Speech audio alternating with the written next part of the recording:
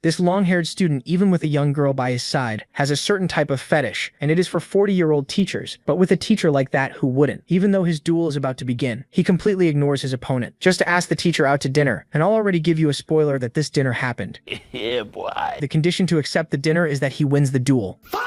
He not only gives his opponent a severe beating, but also cuts his vocal cords and breaks several of his bones. But why does this boy like older women, and is so ruthless with his classmates? In the beginning he was just trash, who was humiliated hundreds of times. Not even Frey Blake's father accepted him being so weak, and told him to disappear from his life. Unable to handle so much pressure, he decided to go back to the lobby. That was when Lucas Trauman took over his body. Lucas was the most powerful archmage of his era, a 9th circle archmage capable of exterminating an entire army with just one spell. For you to have an idea, only 10 mages managed to reach the 8th circle in their lives. The guy was 9th circle. In the end, a demigod appeared and said he was arrogant. He challenged the gods themselves just for having reached the peak of humanity, then locked him away with a powerful spell. He stayed trapped in that place for 4,000 years. He was already almost losing his sanity. When Frey Blake appeared in his consciousness, the boy regrets it and only wanted to be stronger. That was when Lucas took over his body. He swore to give everything Frey wanted, and also swore that he will take revenge on the demigod. He spent the night training hard. On the first day of training, he already managed to reach the 5th rank. Of course, he had to expel many impurities for that, and for reference, the school principal is the 6th circle. Now in the school courtyard, the bullies are greeting each other. Their leader says he was eager to beat Frey again. They even laugh about having beaten him really hard last time. The fat one says that yesterday he saw Frey leaving the infirmary with several sleeping pills. Then they make a bet on whether he decided to end his own life or not, since the leader thinks he wouldn't have the balls to do it. Meanwhile, Lucas had expelled all the impurity from Frey's body. This boy must have really suffered a lot, but obviously not as much as Lucas himself. Shouldn't he look for a blood donation? Now in the Westrot Academy cafeteria, everyone is impressed. Frey is devouring tons of food as if it were nothing. They assume he must have been a week without eating, but the truth is that he has been 4 years without feeling any warmth in his stomach. Well, now Lucas has to attend school full of brats, even though he is 4,000 years old. He needs to understand how everything works, so that only then he can take revenge on the demigod. Now let's go to the classroom. The delinquents are already inside. Everyone stares at him, including the leader, who at the same moment says he won the bet because he is alive. Suddenly the leader puts his foot right in front of Frey's path and says he finally arrived, calling him a classmate. Obviously they are not classmates, and the humiliation is about to begin. Suddenly the big fat guy grabs Frey and asks for 10 meal tickets that he lost in the bet. Frey only thinks who this idiot is for hitting his head like that. Obviously this guy is not a friend of the previous owner of the body. Suddenly he starts trembling all over. Why would he be trembling like that? When the fat guy's blow was about to hit, Frey appears behind the fat boy like Goku teleporting. Everyone in the classroom is shocked by such speed. Even the academy's muse. The fat one doesn't understand, and Lucas realizes that the body trembles like that because these guys were the ones who made him give up on living. His anger flared. The boy got back up and reached for Frey's head, trying to slap him, but Frey released a burst of energy, and without even taking his hands from his pockets, sent him flying again. He crashed through several wooden chairs. Now the bully was red-faced, bruised, exhausted, and totally confused. Frey had beaten him without using a single spell chant. Whispers spread fast. People said Frey seemed like a completely different person. Realizing he'd made a scene in front of a bunch of kids, Frey felt a little embarrassed. The whole class had frozen. He tried to quietly slip back out of attention. David was too scared to speak. He could only watch. No one could believe weak little Frey had done all this. The red-haired girl kept watching him closely. Then a voice asked what was going on. It was Professor Dio, just arriving. Jack had passed out cold. Professor Dio walked over to check him, and found traces of mana still left in his body. That discovery shocked him. He couldn't believe someone this gifted was in the class. Looking around, he wondered which student had done it. Since Dio took Jack away and confirmed he was only unconscious, Professor Kevin took over the lesson. The students exchanged uneasy looks as class was about to start. Professor Kevin quickly noticed all the girls in the room. Seeing they were the majority, he decided this was the best class already. Then his eyes settled on Isabel, quietly reading. A moment later, he noticed someone else. Frey was there too, also reading a book. One girl whispered that she hated this professor because he turned into a gross pig whenever he looked at women. He walked up to Frey, who watched him carefully. It was odd seeing the boy in class at all, since he barely ever came. Frey wasn't sure how to answer. Kevin first assumed he was a serious student, then remembered he was always absent. With a smile, Frey apologized and said he'd been very busy. The girls whispered that it was pathetic, especially since he only got bullied whenever he did show up. Curious, the professor asked what could be more important than his class. Frey dodged the question and said he was living the peak of his youth. The girls tried not to laugh. Kevin thought it was nonsense, though he wasn't the type to act like his subject was all that mattered. Instead, he asked if Frey had been studying properly. He decided to test him. If Frey couldn't answer, he'd pay for acting bold in class. The quiz started. First question. Name the 3 items used by the magic warrior King Cassidon. Frey's eyes narrowed. Instead of replying, he asked the professor to repeat it.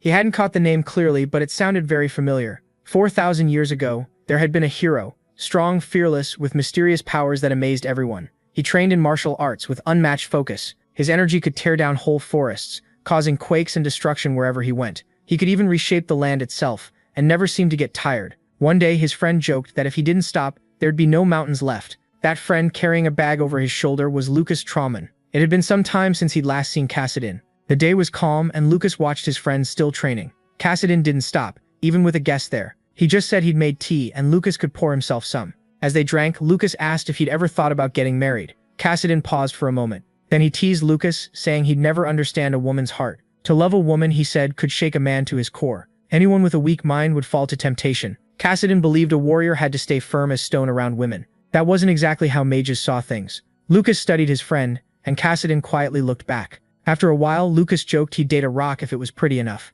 The memory hit Frey so hard he started crying. He realized his friend, the magic warrior King Kassadin, had become famous after all these years. Professor Kevin had no idea why the student reacted like that. The rest of the class just argued over whether the question was too hard. Isabel could tell the professor only asked it to show off and embarrass Frey. Then a voice politely asked to interrupt. Isabel said the question had nothing to do with magical history. The class was stunned by how bold she was. Even Frey noticed she spoke like a soldier, despite how delicate she looked. The professor focused on her at once. His expression tightened. She argued that Kassadin was a warrior who only used mana to support training, so he shouldn't be treated as a mage. Then she waited nervously for his answer. Kevin walked up the steps toward her and stopped beside her desk. He asked if student Isabel was insulting everyone who chose the path of a magic warrior. Shaken, she said that wasn't what she meant. The whole class watched in silence. Frey took it as an insult too, remembering Kassadin hated being called a mage. The professor let out a strained laugh and said, this might turn into an interesting discussion. He put a hand on her shoulder and told both of them to come to his office. But Isabel quickly pushed his hand away. That caught him completely off guard. He hadn't expected a student to defy him so openly. Isabel could see no easy way out. As he pressed her to answer in Frey's place, someone spoke first. The words Tiger King's glove and Giant's belt made the professor freeze. He slowly turned toward the speaker. It was Frey, calmly saying Kassadin used only those 3 items. He almost started talking about how he and Kassadin used to be friends, then stopped and asked if he'd said something strange. The professor admitted through gritted teeth that the answer was correct. Frey proudly said there was no way he'd miss a question like that. To everyone else, he seemed especially odd today. Kevin then turned back to Isabel and said her behavior was disrespectful. He grabbed her wrist and ordered her to come with him to his office.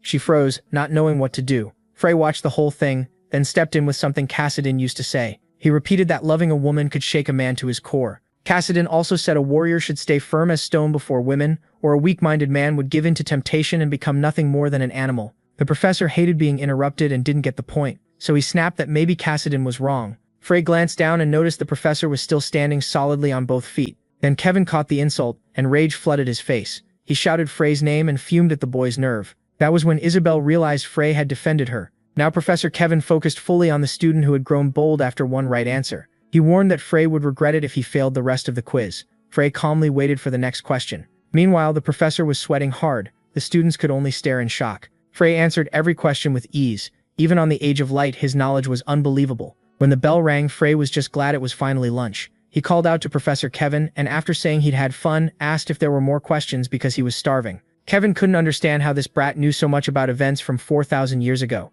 Frey's face gave nothing away. The professor only grew more frustrated, sweat running down his forehead. In the end, he dismissed class and kept thinking about what had happened. Isabel was just as stunned. Outside the academy, Frey walked along happily, even humming to himself. Then Isabel asked if he was going to lunch. She had come up behind him, but he didn't answer. She still looked at him with pity. Frey turned away and ignored her, but she kept following anyway. So they ended up walking one behind the other. Frey soon noticed. He turned and asked why she was trailing him. He also found her formal way of speaking annoying, though that came from her family. Soon the students headed into the cafeteria. Lunch was being served. Isabel was shocked by how much Frey could eat. He casually said he hadn't eaten in 4,000 years. Still, he didn't explain much more. Isabel apologized for following him and said there wasn't anywhere else she wanted to sit. Then she asked how he knew so much about the Age of Light. History said that era got its name from the dazzling powers of the 4 great masters. While chewing, Frey became interested. He realized that after 4,000 years, magic hadn't advanced at all. It had gotten worse. He wondered if the demigod had something to do with it. Across from him, the girl ate in silence as he explained that the 4 great masters were Kassadin, the magic warrior, Schweizer Wilsman the sage, Iris Peacefounder the dark witch, and Lucas Trauman. She lit up at Lucas's name and called him an amazing man. Then she joked that if he were still alive, she'd ask her mother to marry him. Frey burst out laughing at her comment. He couldn't believe someone that young was already talking about marriage. Amused and a little flattered, he politely rejected the offer. Meanwhile, other students were watching them talk. Rumors had already spread that Isabel followed him earlier. She was known as the Academy's second best student, and even crazy David had a crush on her. Right then, David showed up after hearing his name. The others quickly backed away from him, while Frey and Isabel kept talking. David couldn't believe what he was seeing. As she cut a sausage, Isabel asked about Professor Kevin's last question. Frey kept eating while explaining that Schweizer's training methods were assimilation, development, and conflict. She said she'd only ever learned the first two. She set a hand on the table and asked him to teach her about conflict. Taking another bite of bread, Frey asked what level she was. Isabel had reached the 3rd degree of magic. He was impressed someone her age had made it that far. She pointed out that he talked like an old man. Licking his plate clean, he said he'd lived a very long time. To her, though, they were still the same age. In a way, she was both right and wrong. After finishing the mountain of food, Frey said he was finally full. He got up with the dishes, still without saying if he'd teach her conflict. He told her he didn't know it in any formal way, only from experience, so she should read books instead. That meant he couldn't teach it properly. Hearing that he had actual experience shocked her even more. She couldn't understand how a boy his age knew so much about magic. As he walked off with the plates, she kept wondering who he really was. Later, the students had magic duel class. To keep things fair, everyone was limited to 1st-degree spells. David was thrilled about it, and even more annoyed seeing Frey get closer to Isabel. He couldn't understand why she talked to Frey so much. The teacher warned them this would be treated like a real fight, so they needed to take it seriously. Frey paid close attention to the teacher. Her name was Jane. He was totally taken by her beauty. Isabel protested, saying it was wrong to act like that around a 40-year-old teacher. But he kept going on about how beautiful she was, even saying she had the perfect woman's body. Isabel was stunned that even his taste in women seemed old-fashioned. The first duel was David versus Frey. The two faced each other, ready to fight. Frey stepped forward slowly. Grinning, David said he could hardly wait and held out his hand. Frey ignored him and turned away. Something about him felt different. He didn't seem like the same boy David used to bully. Then the students gasped as Frey grabbed Professor Jane by the waist and praised her looks. When she froze in shock, he told her not to worry. He might look young, but inside he was older than her. Then he asked her out to dinner that night. Jane struggled to get free and told him to return to his place. Frey made a bet. If he won, she had to have dinner with him. No one thought he could pull it off since he was only 1st degree and David was 3rd degree. Sure he would lose, Jane accepted the bet. Now they had a deal. His words left her flustered. Her cheeks turned pink, and she quickly tried to calm herself down. Her heart shouldn't be racing because of a boy. Now face to face, David asked if Frey had gone crazy. He kept trying to get under his skin, thinking this was all just a trick to make the teacher cancel the match. Anger and hate were clear in his eyes. He kept mocking Frey, who didn't react. David said he'd rip out his vocal cords, then break every bone in his body. This would be Frey's last day walking normally, but Frey showed no fear at all. As far as he remembered, 1st-degree spells couldn't do that much damage. Still, David acted like he could do anything. At Professor Jane's signal, the fight began. Both boys held their ground. David opened with Stone Fury. Large rocks rose from the ground, and a huge stone arrow formed in the air. The students were shocked that he could use Stone Fury. Isabel was stunned too. Jane had said only 1st-degree spells were allowed, but David hadn't actually broken the rules. The red-haired girl demanded to know how a spell like that was allowed. David said it was a skill only a direct family heir could use, then activated vision magic. Even though it was powerful, a 1st-degree mage could still use it. His family treated vision magic as a symbol of power, but he used it just to bully people. Pointing the stone arrows at Frey, he decided his opponent was scared. Frey brushed it off and said those spells were nothing. Then he cast magic missile with one hand. The crowd went silent in shock, including Isabel. The color of the spell shone brilliantly. David laughed. Sure, magic missile couldn't beat Stone Fury. He sent the stone arrow at Frey, and in a single clash, Frey destroyed every stone and blasted David away at terrifying speed. The force threw him through the air. He hit the ground and rolled. Badly hurt, he started foaming at the mouth. The students were left speechless. Even Professor Jane was drawn in by Frey's power. He seemed to have grown a lot. Meanwhile, David screamed in pain, unable to speak because his throat was injured. The sight was horrifying. Nearby, one student still held a stone in his hand. They had only come to watch a C-class practice match. Frey said David was shaming his family by using vision magic so shamelessly in a duel. David tried to talk, but only drool ran from his mouth. Remembering David's threat to tear out his vocal cords, Frey gave a faint smile. The glowing sphere appeared again to do its job. David had promised to crush his bones one by one, and Frey was ready to return the favor. Knowing he'd lost, David wanted to beg for mercy, but no words came out because of the damage. With a light touch, Frey fired the sphere again. It struck David's leg, and he screamed in agony, realizing how doomed he was. The bones in his right leg were shattered completely. Even then, Frey kept walking toward him, saying this was David's own plan. Isabel covered her mouth, seeing the violence go too far. Professor Jane turned and ordered the duel stopped at once, naming Frey the winner, but David had never surrendered. Frey reminded her that she'd said to treat this like a real battle, and that there were no timeouts on a battlefield. Isabel couldn't understand the teacher's logic. Powerless, she lowered her head. Frey's eyes changed color, showing his anger. David had enjoyed hurting others, but now it was his turn. Frey said mages like him were why the world had become such a mess. For everyone's sake, he should never use magic again. Step by step, Frey came closer. Then he said he was joking. He wouldn't break every bone. Out of pity, he'd end it there. David cried even harder, relieved for a moment, but Frey turned back and said, it still wasn't over. David had one leg left, so he'd use magic missile on that one too.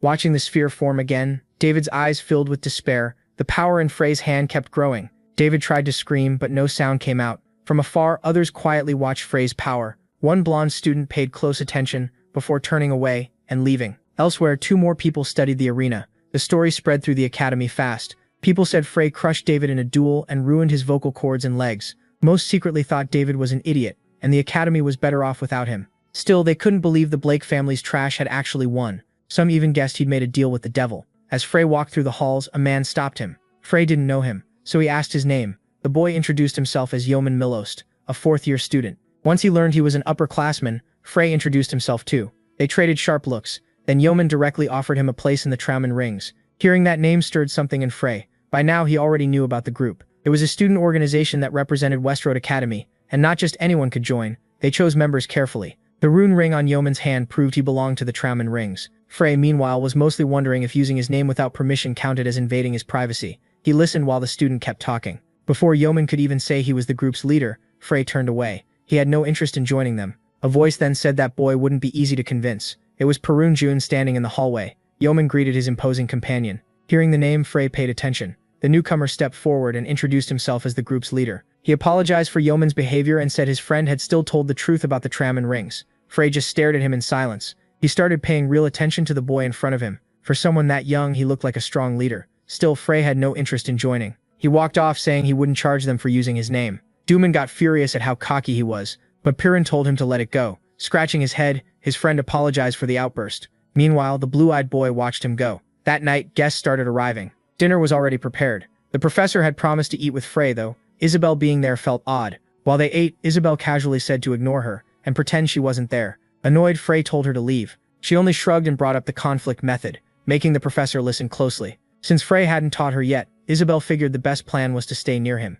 Interested, Professor Jane asked if she meant Schweizer's training method. Isabel was surprised the professor knew about it too. Jane took a sip of her drink and said she'd only heard rumors from other warriors. She had searched the records many times and found nothing. Once she realized Frey knew something, she wanted to hear more. Frey quietly drank from his cup. Then a man came to the table and a sudden touch startled the professor. Frey stood behind her, hugged her, and said he could teach her something even more interesting. He wanted to continue the talk in his room. The professor felt drawn to him, though she hesitated because he was only 20. It was like her mind and body weren't working together. Right before they kissed, Isabel slammed the table and told Frey to stop acting shameless with the professor. The moon hung high overhead. By the balcony, Frey thought about his new life. If the demigod truly ruled the world, that made him a serious threat. Even after 4,000 years, people still remembered Cassadine, Schweizer, Iris, and him. That meant his legacy was still alive and people were still fighting for it. Isabel quietly walked over. He was so lost in thought he didn't notice. She just stared at him with wide eyes. A moment later, Frey met her gaze and asked her something. He wanted to know who ran the academy. More than that, he wanted the strongest person among the students, professors, and staff. Before answering, she complained that he never answered her questions. He promised he would if she told him who the boss was. Excited, she celebrated with little hand motions. She said the strongest student was Perun Jun, and among the professors it was Professor Dio Pulsman and Professor Adelia. But overall, the strongest was probably her aunt. Her aunt was the headmistress of Westerad Academy, Madame Cyrus Trisnine. Professor Jane then joined them. She explained that Cyrus was a famous 6th-degree mage with a cold personality. Frey could feel how overwhelming that rank was. In theory, mages could reach the 9th degree, but no one had done it for over 3,000 years. Some even doubted it was possible, saying the true limit was 8th degree. Fewer than 10 mages had ever reached that, so 9th degree was basically a legend. Frey looked around and asked if the headmistress had also cast the spell protecting the academy. Professor Jane wasn't sure, but said it was possible. Frey understood he couldn't take on a 6th-degree mage yet. Then he remembered the offer from the Trauman Rings. Feeling that something was off, he decided he needed to meet Cyrus Trisnine. He turned to his new friend and called her over. His expression softened as he thought about the favor he was about to ask, because dragging an innocent child into this might be a bad idea. His goal was to reach at least the 7th degree. The professor told him that would take 10 years, even if he was fast. Frey replied that he'd get there before the vacation ended. Jane laughed and said big dreams were nice to have, but he meant every word. When he noticed the professor was alone, he walked up and tried flirting again. Isabel, annoyed, reminded him she was still there. She warned that if a teacher got caught with a student, her aunt would have words with them. That instantly killed his plans. It was exactly why he disliked little kids. So Professor Jane agreed and left, which only irritated Isabel more. The lamps lit the night. Frey knew he didn't need to rush. He just had to avoid mistakes. Looking up at the moon, he chose the fastest path. 2 weeks later, someone came in limping. David was back at school, looking for Frey. He still refused to accept losing, saying there was no way trash like Frey could beat him. Everyone in the hall heard him yelling. Meanwhile, Frey calmly read his book. Red-faced with rage, David swore he'd make him regret being born. He said he'd turn Frey's life into hell, but before he finished, Frey fired a magic missile and knocked him down. David's crutches flew as he hit the floor. The other students watched in fear. Now his nose was broken too. Later in class, Professor Kevin said David had gone home to fix it. Bored, Frey wandered the halls. He thought students at prestigious Westerad Academy should at least act with some class. To learn how to use mana straight from his body, he needed real combat. Then someone called out, "Hey, gray-haired guy." A boy behind him said they'd heard Frey was good with magic. In a damaged room, the boy introduced himself as Alex Dreamed, an upperclassman who clearly expected Frey to be impressed. Without any fear, he bragged that he could crush the skinny kid in front of him without breaking a sweat. Angry, he demanded to know what Frey had done to David, whom he called his little brother. Frey didn't look concerned at all. He wondered if these idiots were bothering him on purpose. Demanding respect, the senior raised his hand. To Frey, they were just spoiled brats. Dreamed kept asking why Frey had fought his friend. As he bragged about placing 17th in the last Gladeheed Magic tournament, Frey yawned. At last, the senior tried to scare him by saying this would be his funeral day. To Frey, it was just a loudmouth threatening a freshman to look cool in front of his friends. Those boys were only there to watch. There was no need to gang up on someone they thought was weak, especially when Frey was already making a magic missile. It struck 3 students at once, while Alex was blasted far back. Frey's power could drop several people in one shot. That only made them angrier. Alex lay on the floor without moving. The others complained it wasn't fair to attack while someone was talking. But to Frey, messing with spoiled brats was funny. Their attacks got even fiercer because of his attitude. Thulboric's first son of the Gillard family wanted to crush him. Pre's second son of the Pinalark family joined in too. Even so, Frey wasn't intimidated. He raised his hands and fired a second magic missile. As the students rushed him, he kept building more energy and dropping them one after another. Even a simple motion made a strong missile. In the end, he sat on a pile of worn-out bodies, thinking the whole thing had been a waste of time. With a scoff, he decided none of them were worth the effort. Clouds drifted over the academy. Frey had been studying so much to improve his techniques that he fell asleep from exhaustion. Then someone asked what he'd been doing lately. He turned and saw Isabel. Students had started calling him the Deadly Missile because he kept dropping people with magic missile. The nickname embarrassed him badly, but he still hadn't had a chance to use stronger spells. Isabel was startled by the strange feeling she had for him. Seeing him resting on the desk, she couldn't stop staring. Without lifting his face from the table, he asked what she wanted. She said she had followed his advice. She already knew true blood could improve magic circles, but mixing it with magical essence in a 7-to-3 ratio was new to her. Using Troxo blood would make it even better. Even so, she thanked him for the amazing discovery. After a short pause, she wondered what he would teach her next. Frey looked so tired and bored that he just stared at her. She held his gaze, clearly curious about what he could do. He still hadn't realized he had become Isabel's personal tutor. Since she was gifted, he knew proper teaching could bring her to the 7th degree. He thought it over for a while. Then he called to her and said he'd teach her conflict next. She lit up at once, unable to believe it was finally happening. He told her he would leave the academy during break to train and she could come watch. He warned the trip would be hard, maybe even deadly, but she accepted before he could finish. She truly wanted to learn conflict. No matter what, she was going with him to train. When it was time to leave, she showed up with a huge backpack. Frey couldn't believe how much useless stuff she had packed. Still, he figured women carried all kinds of things he didn't understand. A little nervous, she asked where they were going. Even Frey wasn't fully sure yet. He was thinking about the Hispania Mountains. That place was known as a monster paradise, and extremely dangerous. With a map, they searched for the fastest route and estimated the travel time.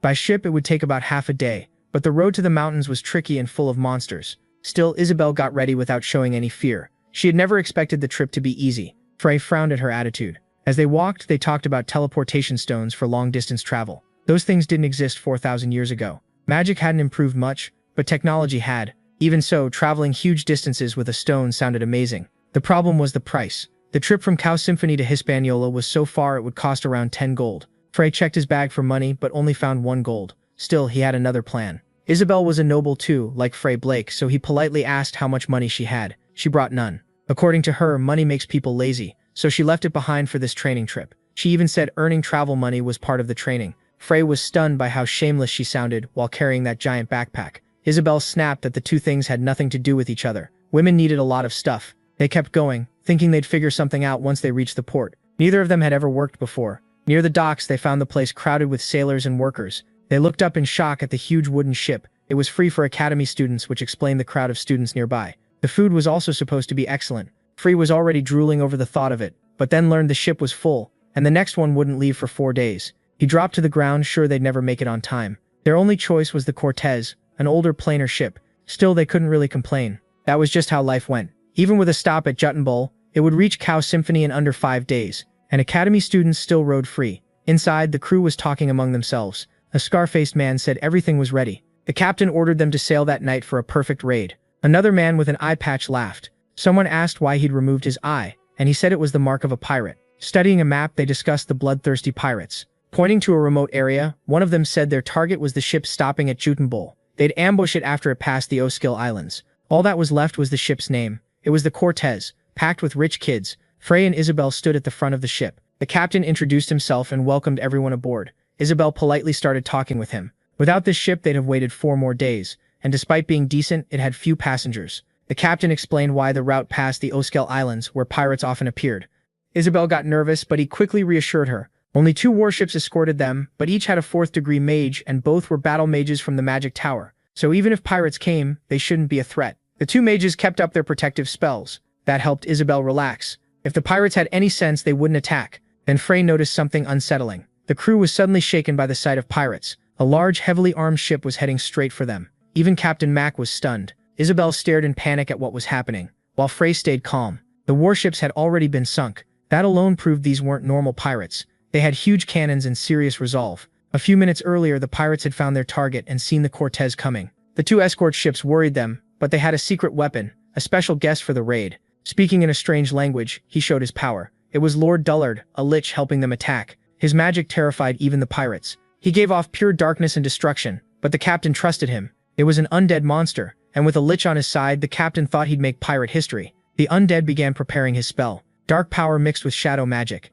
His first attack was Ice Spear. He fired at the warships, piercing the hulls to strike the mages in charge. Seeing the attack, the 2 mages tried to defend themselves. It was too late, the spears were too strong. They tried everything, but the ice kept tearing through the ships and destroyed them completely. The pirate captain laughed, already dreaming of the riches they'd take that night. His crew drew their swords for battle. As they approached, he tried praising Dullard's spell work. Then the undead sensed something odd. When he turned, even the captain flinched. Dullard said he had cast 3 ice spears. He couldn't understand why the last ship was still afloat. The captain then remembered he'd asked him not to destroy that one, since the passengers were meant to be hostages. That only annoyed the lich, who snapped and called him a boneheaded brat. He said he'd attack just hard enough to stop escape and resistance, not to sink the ship. The pirates still looked confused. Dullard told him something about that ship felt strange. Meanwhile, chaos broke out on the Cortez, as students ran across the deck. Off to the side, a mysterious figure sat still. Under a hood, he looked tired and breathed heavily. Frey and Isabel stayed where they were, unsure what to do. Isabel was terrified after seeing the warships wiped out,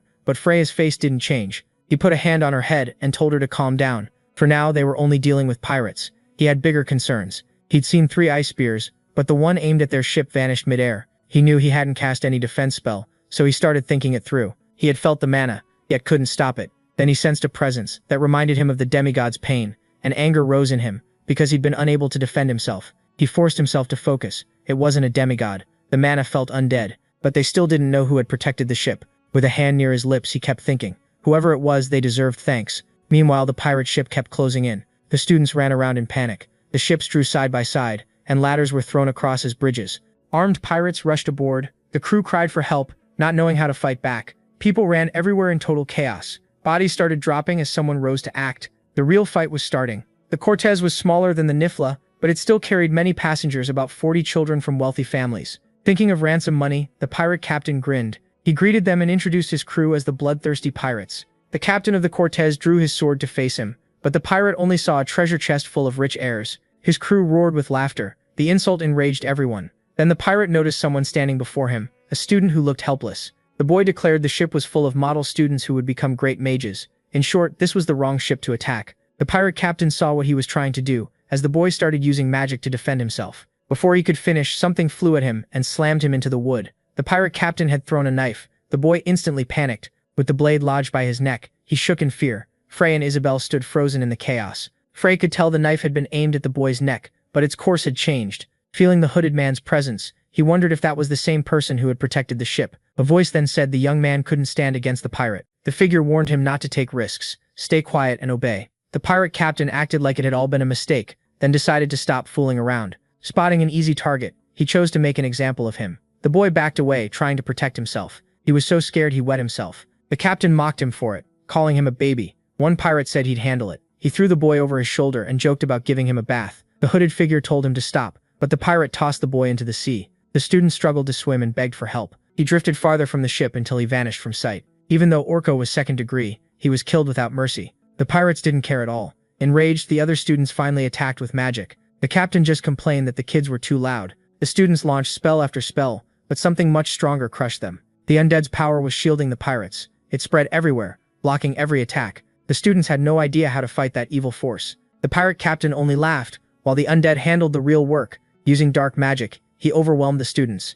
A shadowy force tried to pull them all in. One boy stared in disbelief. He had only read about this in books, a terrifying, powerful lich. Isabel was horrified by the monster, but Frey stayed deep in thought. The pirates had made a deal with an immortal being, but immortals don't bargain with mortals unless they're using them. The pirates, of course, cared only about money. Their greed mattered more than anything. Scared, Isabel grabbed Frey, and he told her to let go because she was making him even hotter. Then he saw her face and froze. She was crying. Now it was clear these weren't normal pirates. The lich was at least 5th degree, which was why the mages on the ship couldn't stop him. The pirate captain turned toward the mysterious figure. Wanting answers, the lich ordered whoever blocked his attack to step forward. He knew that person was somewhere on the ship. When no one answered, he made a threat. Ice arrows formed in his hand, and he warned that if the person stayed hidden, everyone would die. The crew was terrified. Laughing like a madman, he made the arrows even bigger and deadlier. The captain tried to stop Lord Dullard, reminding him they still needed hostages, but the undead shot him a terrifying glare. Even the captain couldn't meet his eyes. Then someone stepped forward quietly.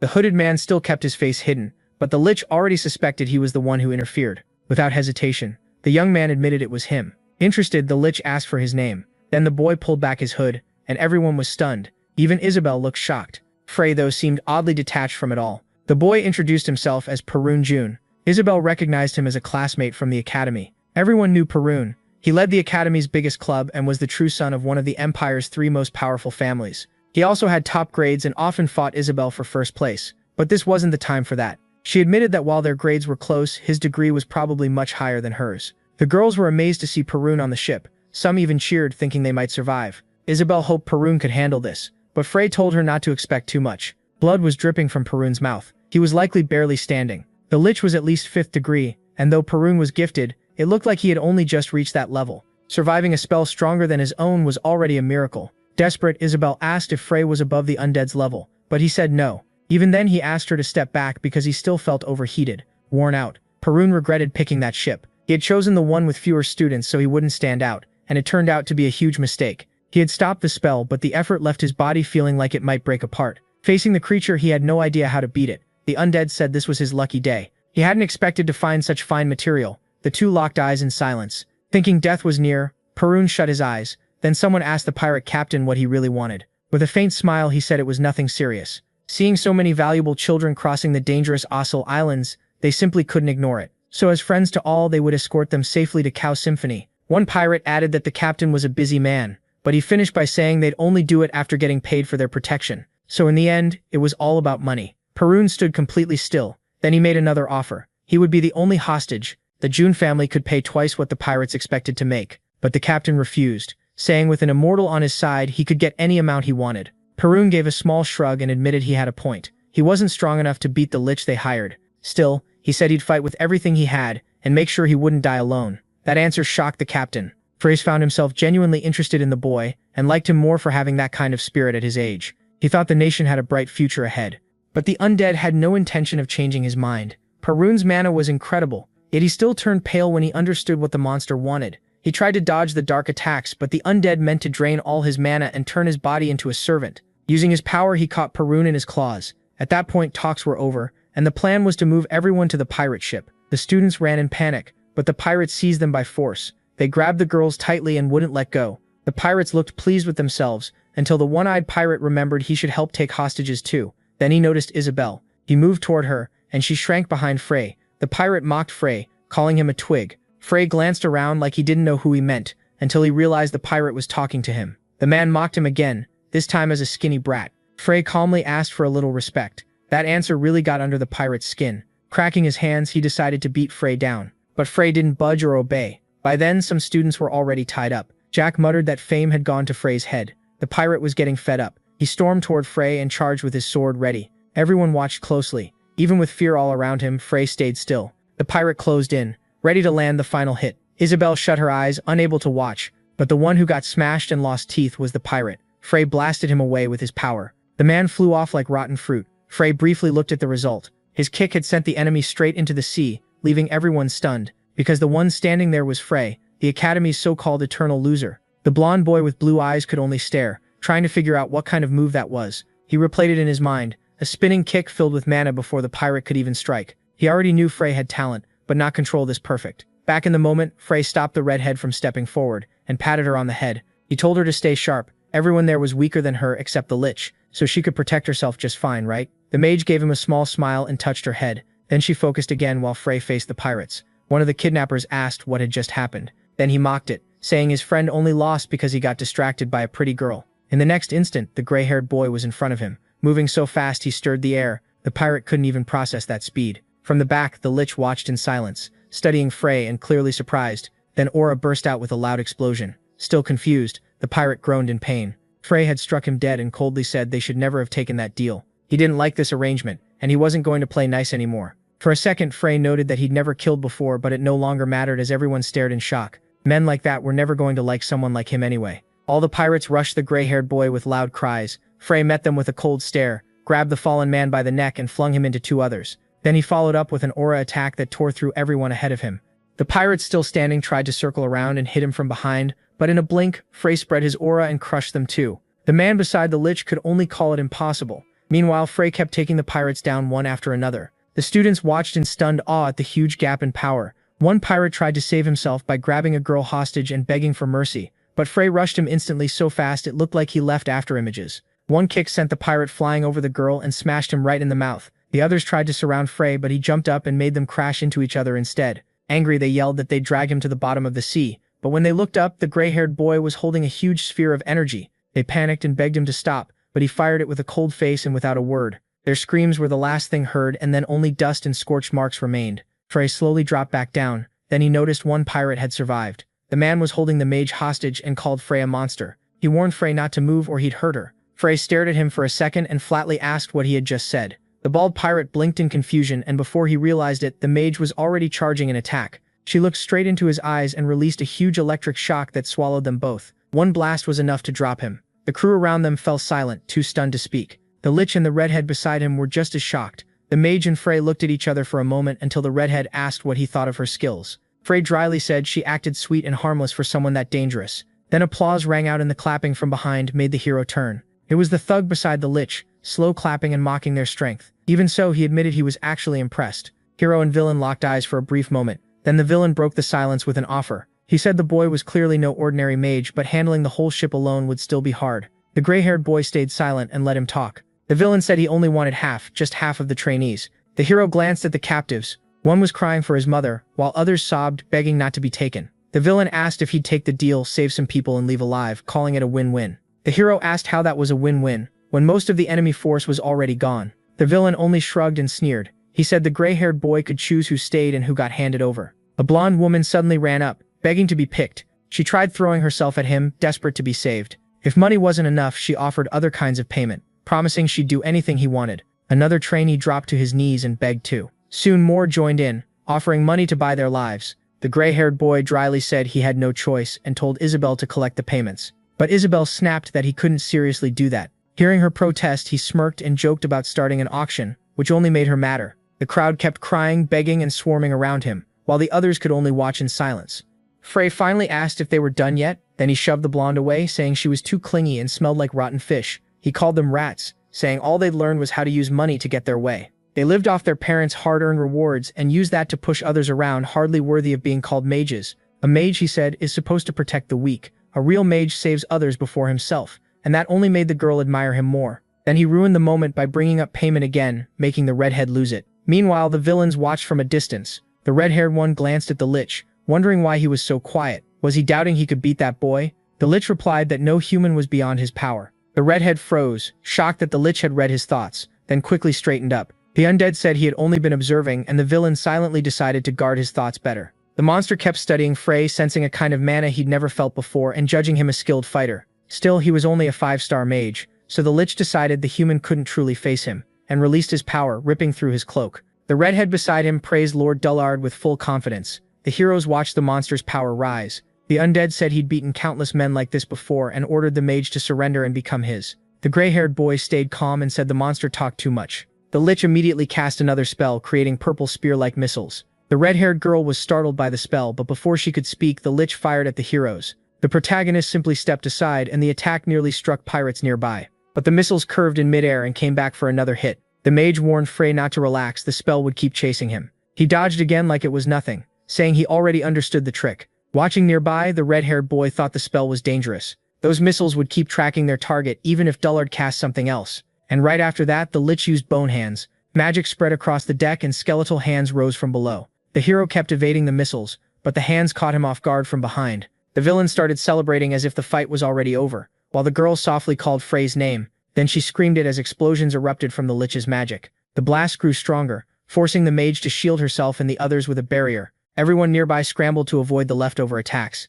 The redhead kept the barrier up until she looked toward the center and realized the protagonist was gone. Only broken parts of the ship remained there. She called out for him, begging for an answer. The blonde mage had already started mourning. Then, without warning, the Lich's missiles stopped in midair. The undead was stunned and quickly looked around. His own missiles were now pointed back at him. He hurriedly raised a repulsion shield to block them, but that broke his focus and the mage he was holding with magic slipped free. It didn't matter. He gathered another dark spell in his hands and blasted the remaining missiles apart. He couldn't understand it. How had the boy turned his own magic back on him? He thought the fight was over, until the gray-haired boy appeared behind him. Everyone watching was shocked to see Frey standing there completely unharmed. The Lich spun around, unable to understand it, but no matter how he moved, the hero stayed at his back, using speed alone to toy with him. Panicking, the monster jumped into the air to get away. The Lich was rattled, trying to figure out how this was even possible. Humans weren't supposed to move like that, but the protagonist only stared up at him, magic shining in his eyes with total confidence. The girl asks if Frey is okay, and he answers with a calm look and a small nod. She stares at him in awe and remembers a vision of another mage who looked a lot like him. The pieces start coming together, and she begins to understand. Then the villain started charging another spell, frightening the blonde boy nearby. The Lich unleashed a rain of giant ice spears at the ship. The crew looked up in terror, sure it was over. The Lich decided destroying the ship was the only way to save himself, so he kept bombarding it, willing to sacrifice everyone if he had to. Then something stopped him cold. Every attack was blocked with ease. Frey had raised a massive barrier around the ship. The undead could only stare and call it impossible. The blonde boy said it really was. He'd coughed blood trying to stop even one spear. Meanwhile, the girl kept wondering who Frey really was. Above them, the monster called him a mere human, while forming a huge iceberg to hurl at the ship. The blonde boy shouted that nothing could block something that big. Roaring for the humans to die, the Lich hurled the massive ice down like a meteor. The protagonist answered by leaping up, charging straight through the giant spear and splitting it in half. He kept rising until he was face to face with the monster. The younger mages on the ship blocked the falling debris. The Lich couldn't believe it, ranting that a mere 5-star mage couldn't have stopped him. The gray-haired boy said he simply knew the path he had to walk. The undead shouted back, asking if he truly knew what lay beyond 5 stars. Frey mocked him, saying he'd need to try harder because those spells meant nothing here. Shaken, the Lich asked who he really was. The hero first introduced himself as Frey Blake, the Academy's eternal loser, and the name alone terrified the monster. Then he declared he was Lucas Trauman, returned after 4,000 years, the strongest mage in history. The mages on the ship complained they could barely keep up while still trying to stay focused. The girl looked up in worry. In disbelief, the monster said that was impossible. Lucas was dead. Then he lunged forward with one hand in a direct attack. Frey appeared behind him, mocked that he looked better from the back, and struck. His hand pierced past the monster's body and grabbed its blue heart. The protagonist said he knew exactly what it was and asked if the Lich still planned to keep living. He added that he'd guessed where the core would be, though the type made it harder to know for sure. While the monster screamed for him to wait, Frey crushed the stone, and a huge blast followed. The monster broke apart and vanished into the air, leaving the mage floating there, watching with a stern face. The mages on the ship were stunned by how fast it ended, and the pirates began mourning their defeat. The red-haired villain kept asking how any of this was possible. Then Frey appeared behind him, making it clear he already knew what came next. There would be no more deals.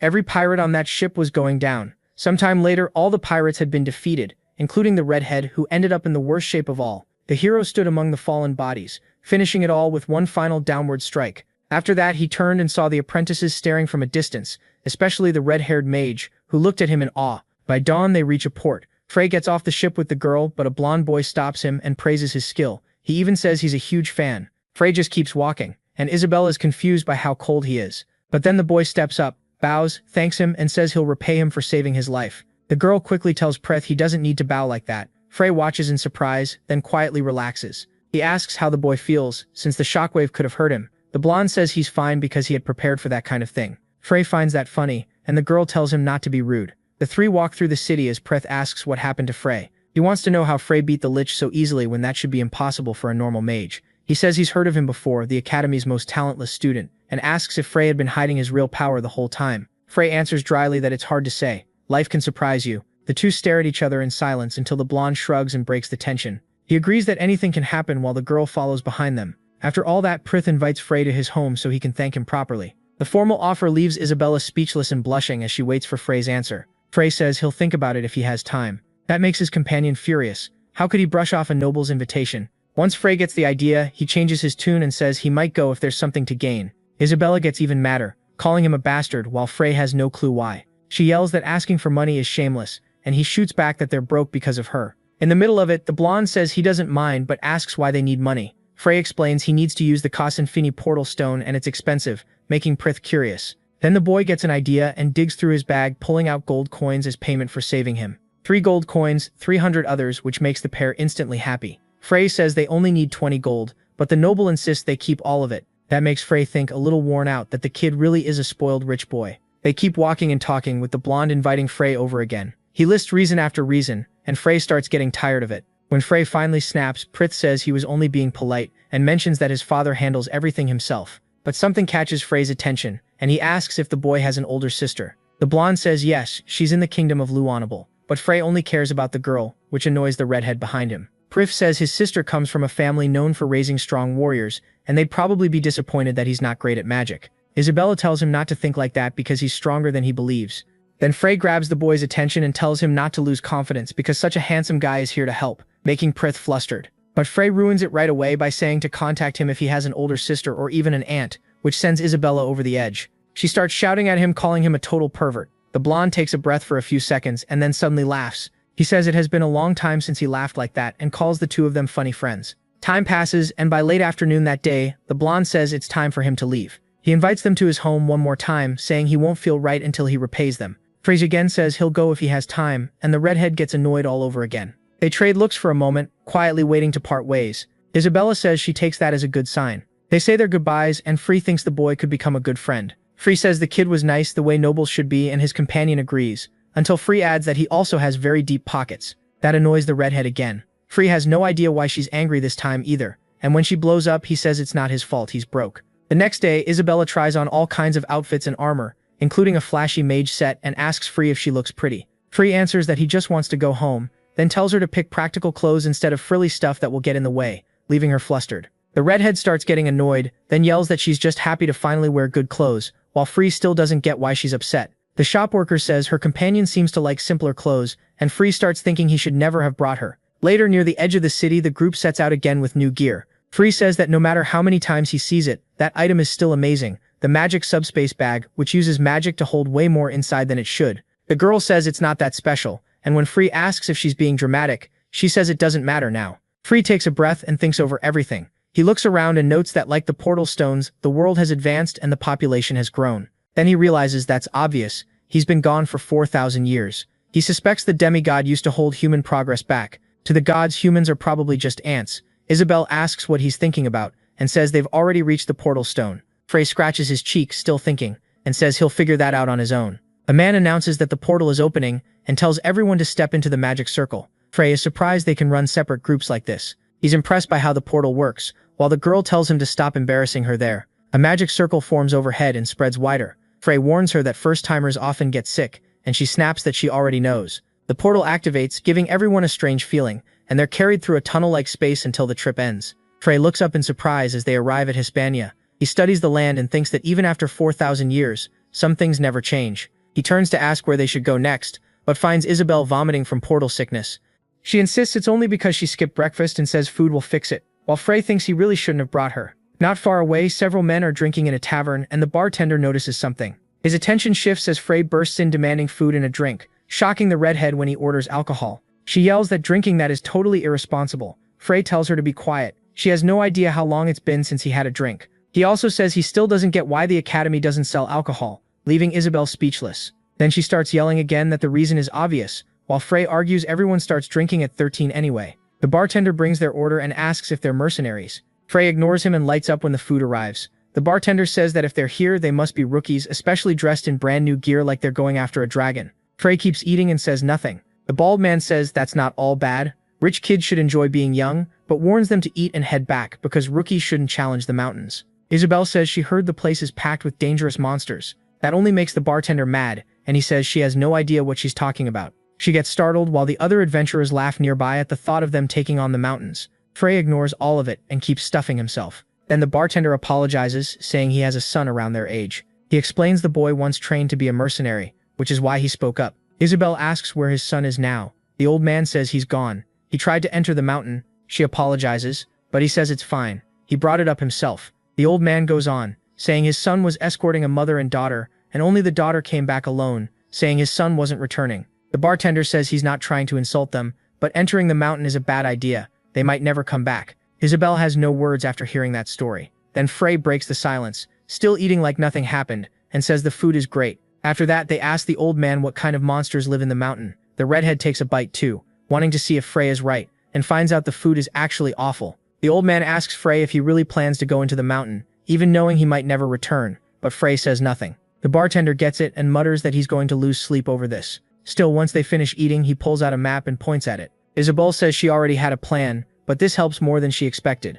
Frey asks what they owe for all the food and drinks, then thanks him. The old man says not to worry yet, it's on the house for now. They can pay him later as long as they come back alive. Frey asks how he stays in business if he gives in that easily, and the old man says he hears that a lot. Later that night, Frey thanks him for the meal while they leave, and the bartender calls him a liar. His food is terrible, but the drinks are good. He says goodbye, tells them he'll remember them, and promises better sausages next time. Frey says he's looking forward to it. The old man sends them off with a bright smile. Then the two continue on, heading into the forest on the way to the mountains. Deep in the night, a fierce battle rages as blue lightning bursts from a warrior's strike. The blow rips through the area and shakes the ground. A red-haired woman watches from a distance, judging the fight carefully. Beside her, a white-haired man stays silent and unreadable. Around them, fighters keep clashing across the ruined battlefield. One warrior says the enemy is trying to stop their advance. The other answers that they'll force their way through if they have to. Their talk turns urgent as they quickly work out what to do next. The white-haired man asks why they're here at all, worried about the danger. The woman says it's bigger than it looks. Something else is happening behind the scenes. Then they spot a huge structure wrapped in swirling energy, and she says it may be the key to the recent events. Elsewhere, enemies wait in the shadows ready to attack, and the group realizes they aren't alone. Now every move matters. Frey studies the situation and makes an important point. The red-haired woman answers with doubt, trying to understand his thinking. He lifts one finger, showing he has one key point left. With confidence, he says, everything depends on 1 month. She questions that plan, saying a month may be nowhere near enough. But he stays sure that if they use the time well, they'll succeed. As dawn starts to rise, another clash begins, and the warrior charges with a wave of blue power. The battle keeps going as the red-haired fighter moves fast through the blasts. She dodges incoming attacks and gets ready to strike back. Meanwhile, the silver-haired man watches calmly, reading every move. Then he reveals a plan that could decide everything. The scene shifts as sunrise lights the land. The woman stares in amazement at a massive waterfall. She's clearly stunned by how huge it is. The roar of the water fills the air as the group heads for a hidden cave behind the falls, where something mysterious is waiting. Inside, a golden sphere shines with strange energy. Floating in the cave, the sphere lights up the walls, and the silver-haired man instantly knows it's valuable. The red-haired young woman drops to her knees, overwhelmed as the glow around her grows stronger. She watches in awe and confusion, while the protagonist stays calm. With one simple motion, he controls a huge force with ease. Small lights drift around him, and as the energy gathers in his hands, he sits in meditation, wrapped in a blue aura. Even the waterfall seems to react to him, surging harder. The girl can only watch in silence. Then the energy suddenly shifts and turns a deep purple. The man opens his eyes, full of resolve. Sensing something huge is about to happen, the girl steps forward without hesitating and enters the phenomenon, letting the same power surround her. The man smiles, like he's just confirmed her talent. He looks pleased, and the energy around them swells into a bright vortex that fills the cave. After the harsh training, the power finally settles, and the girl stands there trying to process it all. She looks at him and sees a playful, proud grin. Then he casually says they should get something to eat. Caught off guard, she stares for a second, then smiles. She thanks him, saying he's really changed before. He never would have brought her here to train. Until recently, Isabel never thought she'd spend time like this with him. He used to bully her, yet now something about him keeps pulling her in. She pauses, thinking carefully about what to say next. Lately, he feels like a completely different person, like someone who always knows exactly what to do. Curious, he asks which version of him is the real one. For a moment, she doesn't know how to answer. Then she laughs softly and says both are him. To her, people don't really change, they grow. He closes his eyes and agrees. Isabel says again how thankful she is for that change. Before, he never would have taken her on a private training trip. Then she stops, suddenly uneasy about what comes next. They were about to spend a whole month together in that tiny cave. But Frey says he's not interested in kids and tells her not to worry about stupid things. Blushing hard, Isabel gets angry, even if she doesn't fully get why. Frey starts casting a spell, a barrier that works like a sack trap in case monsters show up while they sleep. Then he lies down, says it's time to rest, and tells her to do the same. A moment later, he's already snoring in deep sleep, and Isabel suddenly wants to punch him in the face. The next day, Isabel is still fast asleep. She slowly opens her eyes, facing another long day. When she gets up, she still looks exhausted. Frey had been awake for a while already. She'd only slept 5 hours that night, and that would be her last real rest,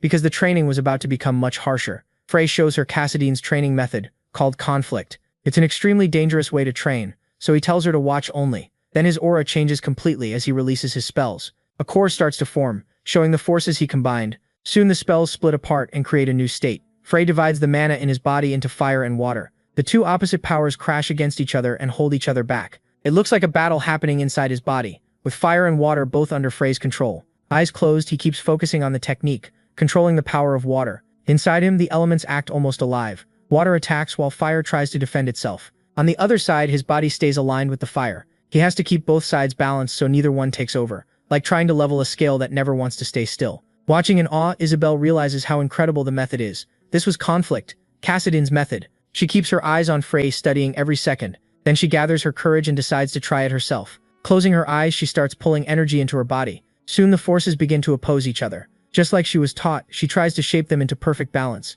But no matter how hard she tries, she can't do it. The technique quickly makes her feel sick. She collapses to the ground in terrible pain. All of that happened from losing even a little balance. It was a brutal training method, yet Frey stayed calm, meditating like nothing was wrong. At that moment, Isabel has even more doubts about who he really is. Later, she decides to bathe in the waterfall. After a hard day of training, she washes off in the clear water. While bathing, she thinks over everything that has happened. When she gets out, she dresses and puts her things back in a bag. Then she sets a few stones beside her. She places one large rock in front of her with 6 smaller ones nearby. With one hand, she drops the small stones, then replaces them with another matching stone. It's how she tracks time, and she realizes 2 weeks have already passed. Through all of it, Frey hasn't moved from his spot. The boy kept using that terrifying training method inside the cave. After crossing the barrier, Isabel came back to see how he was doing. As she set her bag down, she sensed something odd and moved closer. A bright blue energy was pouring out. At the center, Frey sat cross-legged with his eyes shut. That surge of mana showed he was close to the 6th degree, after only 2 weeks. She had never seen anyone grow that fast. The power spilling from him held her in place. But to Frey, it was still too slow. He needed more speed and control. Amazed, Isabel kept watching. Then she sat across from him, copied his motions, and tried the technique herself. Outside, heavy rain swept the area. Inside the cave, both of them kept training. By then, 3 weeks had gone by. The large stones tracked the days. Isabel and Frey kept releasing power, though her control still didn't match his. Then she felt something strange inside her body. Again, she couldn't keep up with his unbelievable focus. One slip was enough to throw her balance off. Even so, the conflict method was making her stronger at a shocking pace. None of her ancestors had trained this harshly, which explained why modern mages seem so weak. Then she smelled her clothes and realized how bad she stank. Her eyes turned to the waterfall passage. The barrier was starting to break, as if something had pushed through. A moment later, it collapsed. A huge creature stood before her. Her eyes filled with fear when she saw the giant bird. At that moment, Frey opened his eyes to see what was going on. Pulled from his training, he quickly realized it was a phoenix. Isabel could hardly believe a creature from legend was real, but the protagonist felt no fear. Instead, he looked at it with deep admiration. Seeing his reaction, she tried to view the bird differently. There were many monsters in the Hispania Mountains, but never had she imagined a divine beast lived there too. The phoenix had been drawn in by the fire mana released from their conflict training. Frey held out his hand and called the bird over. Panicking, Isabel cried that humans couldn't tame divine beasts. The phoenix watched his every move. Still, he kept coming closer, slow and calm, while Isabel watched from afar. Before long, the phoenix let Frey stroke its feathers without any hostility. Isabel was stunned that he could touch those burning feathers with his bare hands, but since the bird showed no anger, she stopped fearing it. Then she noticed the deep claw wounds across its body. Its heart had nearly been torn out. It was amazing the creature was still alive. She hadn't even known phoenixes could die, since legends said they rose from ash. Frakes explained that they only resisted death better than most creatures. They were not immortal. Shaken, Isabel silently accepted that, Those mountains had to hide monsters strong enough to wound even a phoenix. Whatever it fought, it had been no ordinary enemy. While touching its feathers, Frey said he could help it. He waited for the phoenix's answer with steady resolve. Soon the creature fully lowered its guard and trusted him. To Isabel, it suddenly looked more like a relaxed little bird. Frey joked that now it would enjoy the results of all his training. The phoenix opened its eyes, clearly not impressed. Still, the healing was nearly done. Frey poured all his power into closing its wounds. Isabel watched every second closely. To her, he no longer felt like the Frey she knew. His words and expressions had changed. Even the air around him felt peaceful. As Frey treated the bird, he remembered an old friend and teased the phoenix for hesitating because of the rain. Annoyed, the bird started to rise. Without a word, it felt like the two were about to race to the mountain peak. Touching the phoenix filled him with strong nostalgia. Soon, its wounds began to close completely. Once a phoenix recovers its energy, its healing returns as well. Not long after, the bird was back on its feet. Power surged through its body, and it let out a piercing cry. Frey smiled, glad to relive those old memories. They held each other's gaze, and the phoenix seemed grateful for his help. Then it flew off, showing its beauty as it soared away. With its strength restored, it looked even more powerful. A single phoenix feather remained in the cave. It had left behind a gift. A phoenix feather could heal wounds or be used to make magical items, so it was incredibly rare. That bird clearly knew how to repay a debt. Frey then joked that Isabel was like the phoenix, except she hadn't helped at all. That was when she realized he meant her. She couldn't believe he could be gentle with a bird and rude to people. Ignoring her reaction, he went right back to the conflict technique. Isabel was alone again, while he sank into deep training. Beside her, the rain kept getting stronger as night came. The next morning, sunlight broke through the clouds. Rainwater still clung to the plants outside. By the stone count, 4 weeks had passed. Inside the cave, Frey was still training without stopping. Isabel kept watching him after a full month. He looked close to collapsing. He hadn't eaten, and he had spent the whole week meditating. It worried her, yet he also looked like some kind of divine master. She stared in awe at the energy pouring from his body. To her, he was truly unique, even if he acted rude. His cold, sharp side, the calm kindness he showed the phoenix, his huge knowledge and seasoned way of speaking, it all made him seem like a great mage. At times, Isabel was reminded of that great mage she once observed. Maybe her respect and admiration for him were growing into something more. Suddenly, Frey's breathing became exact and controlled. Alert, she waited, afraid something unusual was coming. Then his aura burst, releasing all the energy built up through conflict. When he opened his eyes, the exhaustion was clear. A moment later, he forced himself to stand. Stunned, Isabel realized he had done it. In only 1 month, he had achieved the impossible, and she congratulated him. He had finally reached the 6th degree. Frey checked his body and felt the changes inside him. To Isabel, the sight was unbelievable. The youngest person ever to reach the 6th degree had been 35. If people learned an academy student had done it, the world would fall into chaos. Just by breathing, Frey could draw in mana. But then his face changed when he sensed something wrong. He stumbled, and Isabel rushed in to catch him. After a week without food, his body was completely drained. He needed fatty food right away, so they had to hunt, but she still believed he would recover. So the two left the cave. Outside, they found signs of a brutal fight. Monster corpses were scattered everywhere. While meditating, Frey hadn't noticed monsters nearby. It seemed the phoenix had protected them. Remembering how he had healed it, Frey felt grateful and knew they would meet again. Since food was already here, he decided they would eat first, then head to the Schweizer dungeon. Suddenly, a scream of pain rang out. Both of them turned toward it at once. It was a human voice, and it wasn't far away. Hungry or not, they had to check it out. At once, Frey got ready to move. With one leap, he shot into the air. Desperate, Isabel kept shouting his name. Left behind, she didn't know what to do. In the distance, the man's cries only grew worse. He was in tears, begging for help. Tied to a tree, he had knives thrown around his body. His companions were already dead, and the bandits with sharp skull masks treated it like a game. Luckily, Victor's aim was awful because of his hangover. Juan took the knife from him and said he'd throw next. The vice captain ordered them to stop fooling around. While chewing meat, he wondered when that mysterious woman would come through again. He was sick of camping in those mountains. Juan raised the weapon and called for everyone's attention, boasting that he'd hit the prisoner right in the forehead.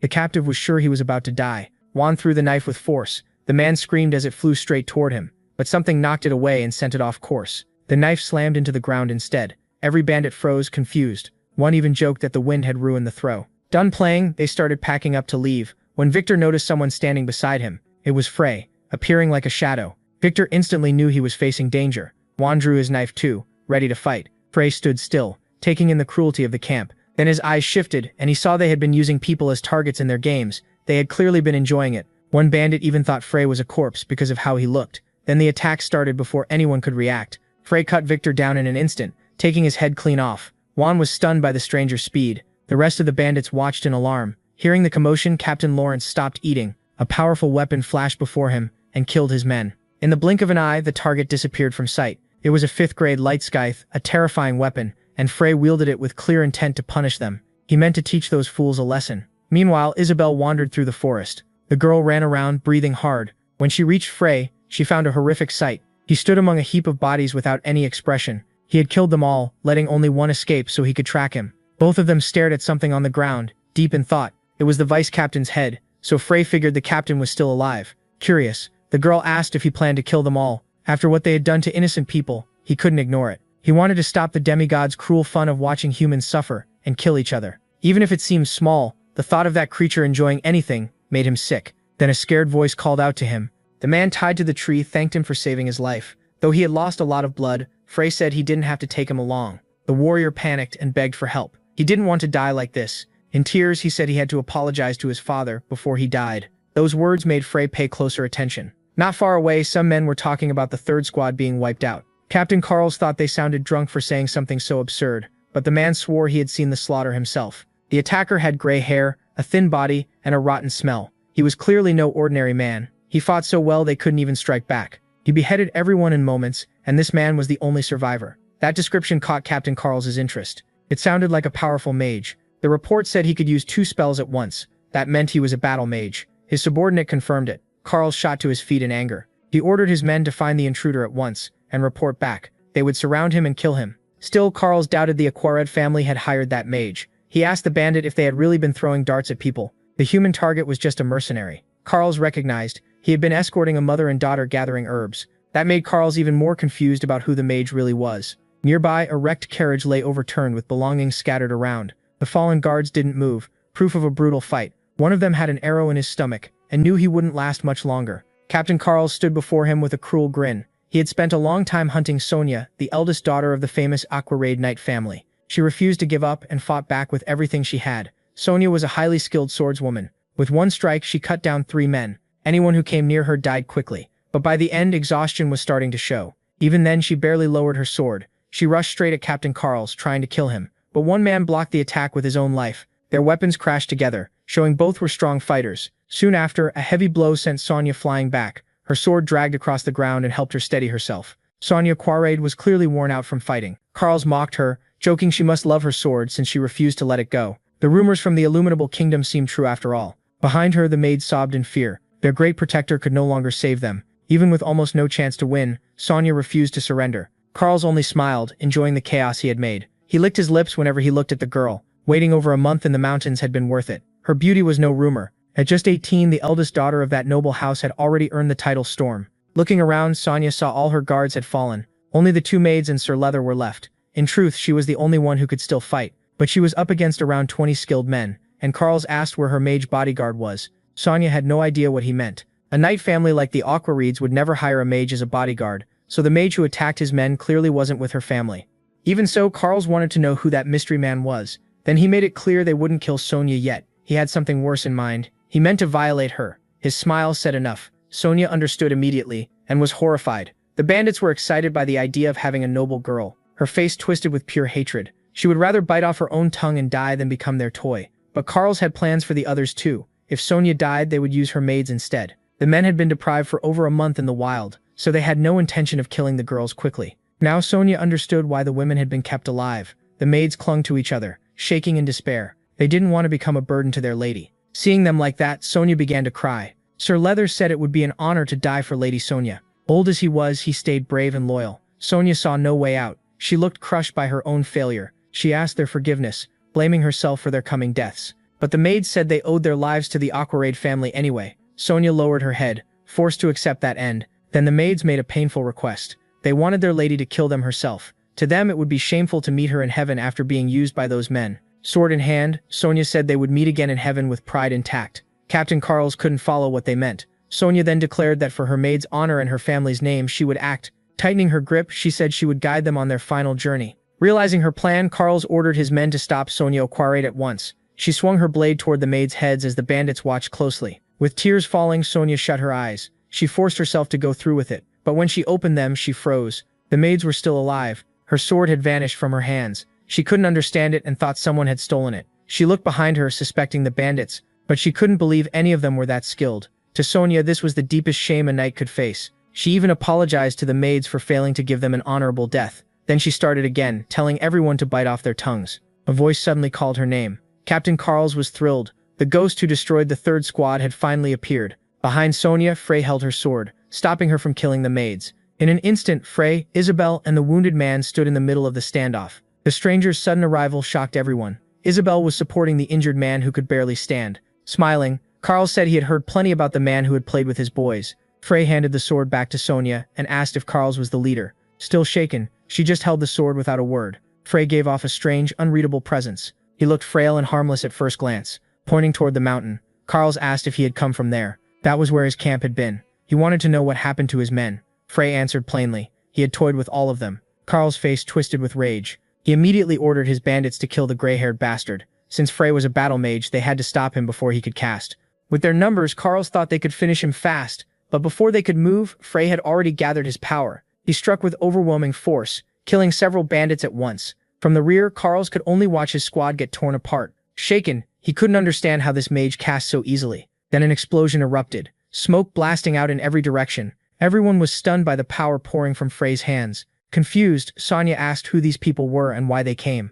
Isabel only gave her a faint smile. She said they weren't enemies, so Sonia could relax. Carls was blown back, but caught himself with the debris. He still told himself a battle mage wasn't unbeatable. A mage was still a mage. Spell delays meant he couldn't attack forever. Seeing how much magic Frey was throwing out, Carls figured he was wasting his strength. He wanted to see whether the mage would collapse first or get cut down by his men. Either way, Carls swore that head would roll. But as he moved in, he saw one of his men launch through the air. Then more of his bandits were hit. Their bodies were pierced through. Carls was terrified. This was nothing like he expected. Frey was unleashing attacks non-stop, striking both the captain and his men. Carls couldn't believe anyone could use that much power for that long. Even so, Frey showed no sign of fatigue. To Carlos, this was unheard of. Frey's power and skill were beyond anything he'd ever seen. As that sank in, his body kept scraping across the ground. Realizing he was about to lose, he tried to reason with the young man. Leaning on his sword, he begged him to stop. Most of his men were dead or too worn out to keep fighting, so victory was out of reach. They could barely breathe under the non-stop attacks. Many had collapsed and were only staying up by leaning on their swords.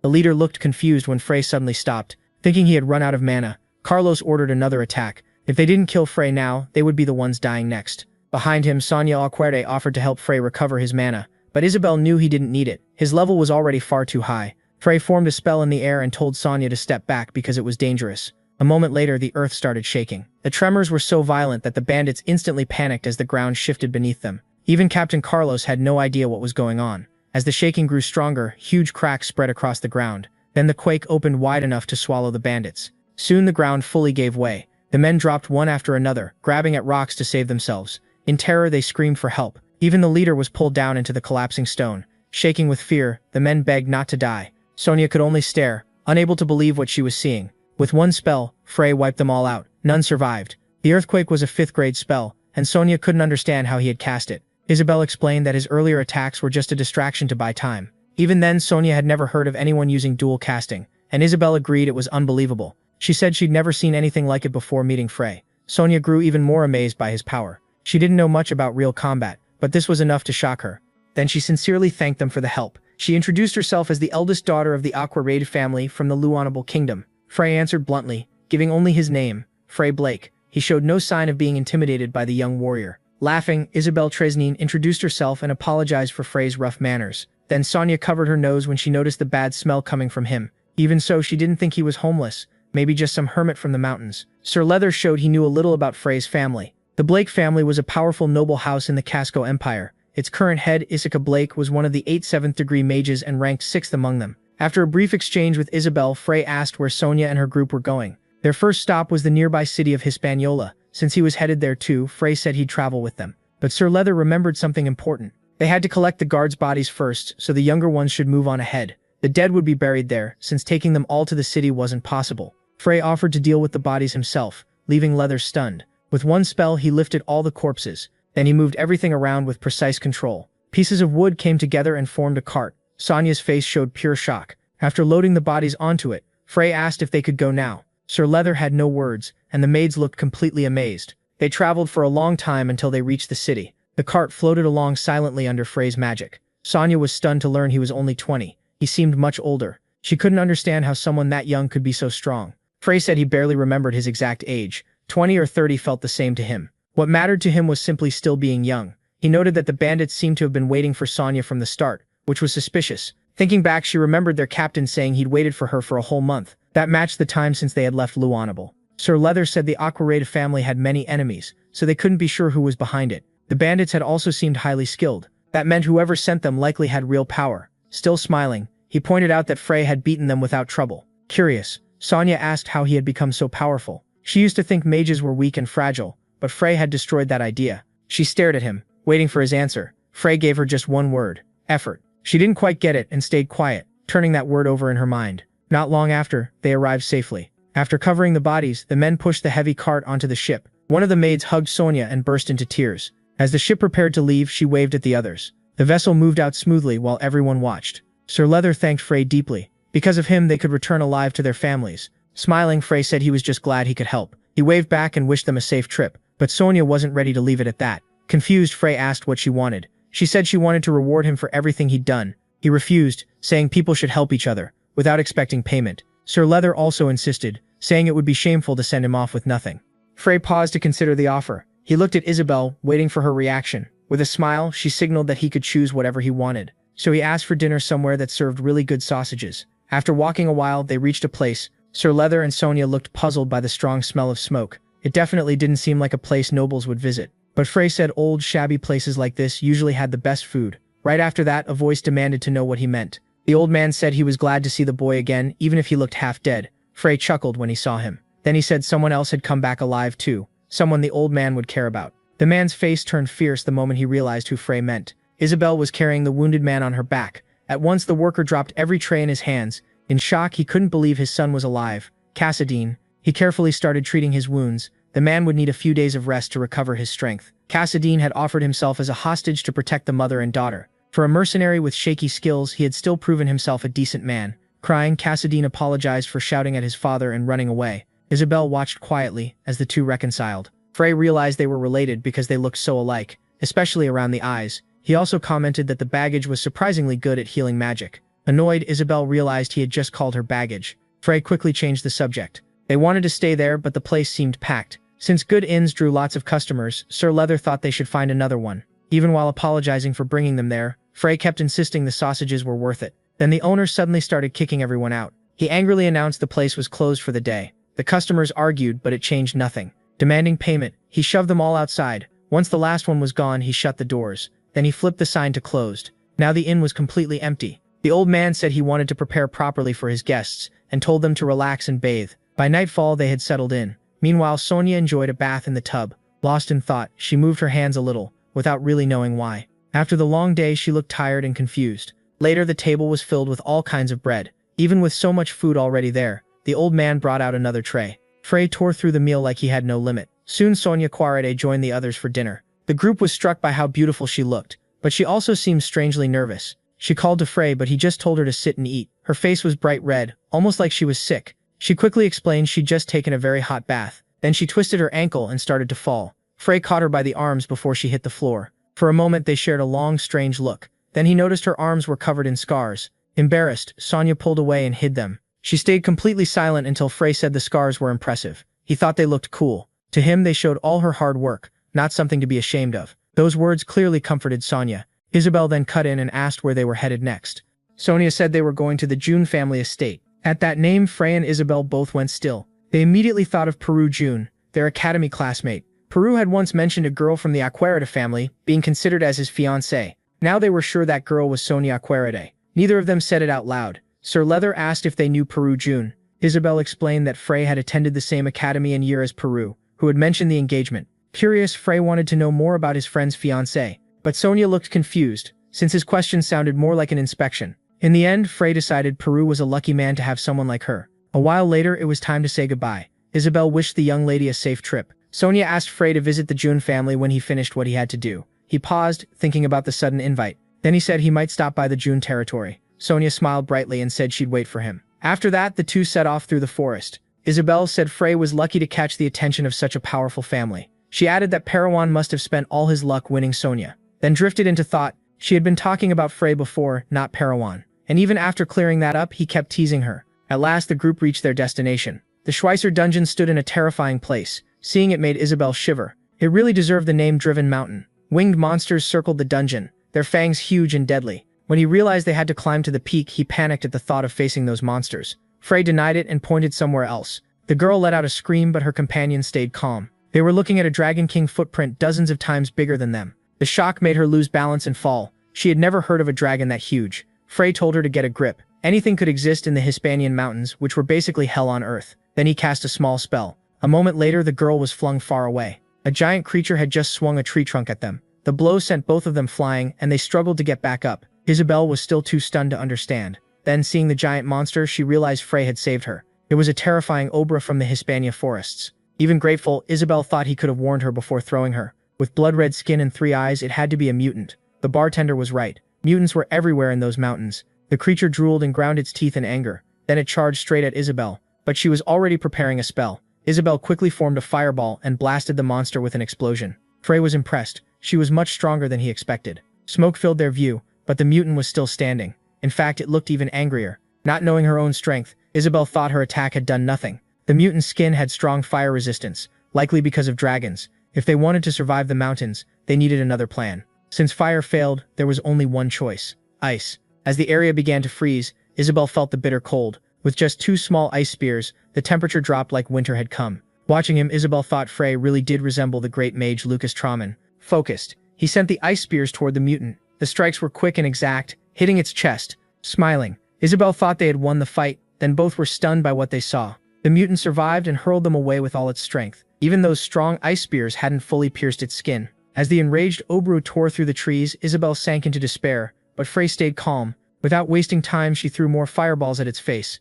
Still nothing worked. But the attack gave them a chance to escape. The monster lost sight of where they were hiding. Frey admitted the mutant's skin and bones were as tough as Isabel said. With that kind of durability, the best idea would be to burn it away with fire magic. But Frey reminded her the monster resisted fire. She suggested burying it alive with something like an earthquake. The problem was that a large noisy spell would draw every dragon nearby. Frey said he knew a piercing technique made for this. He drew the monster's attention and called it toward him. Then he created several more ice spears. To Isabel they looked useless, but Frey insisted the key was never giving up. Shaken, she realized they might actually lose. With one hand he readied his attack. The monster was furious beyond reason, and rushed at them. Frey fired the first ice spear and it struck the creature in the head. Even stumbling, it kept coming. Isabel grew desperate. Sure, the plan was failing, but Frey stayed focused and kept using the same spell. He threw a second spear, then a third. The fourth hit the same spot on its forehead, but the mutant still didn't stop. After 7 spears, it finally began to stagger. As the beast wailed, he aimed an 8th spear at that same point. This time, the repeated strikes broke through its skull.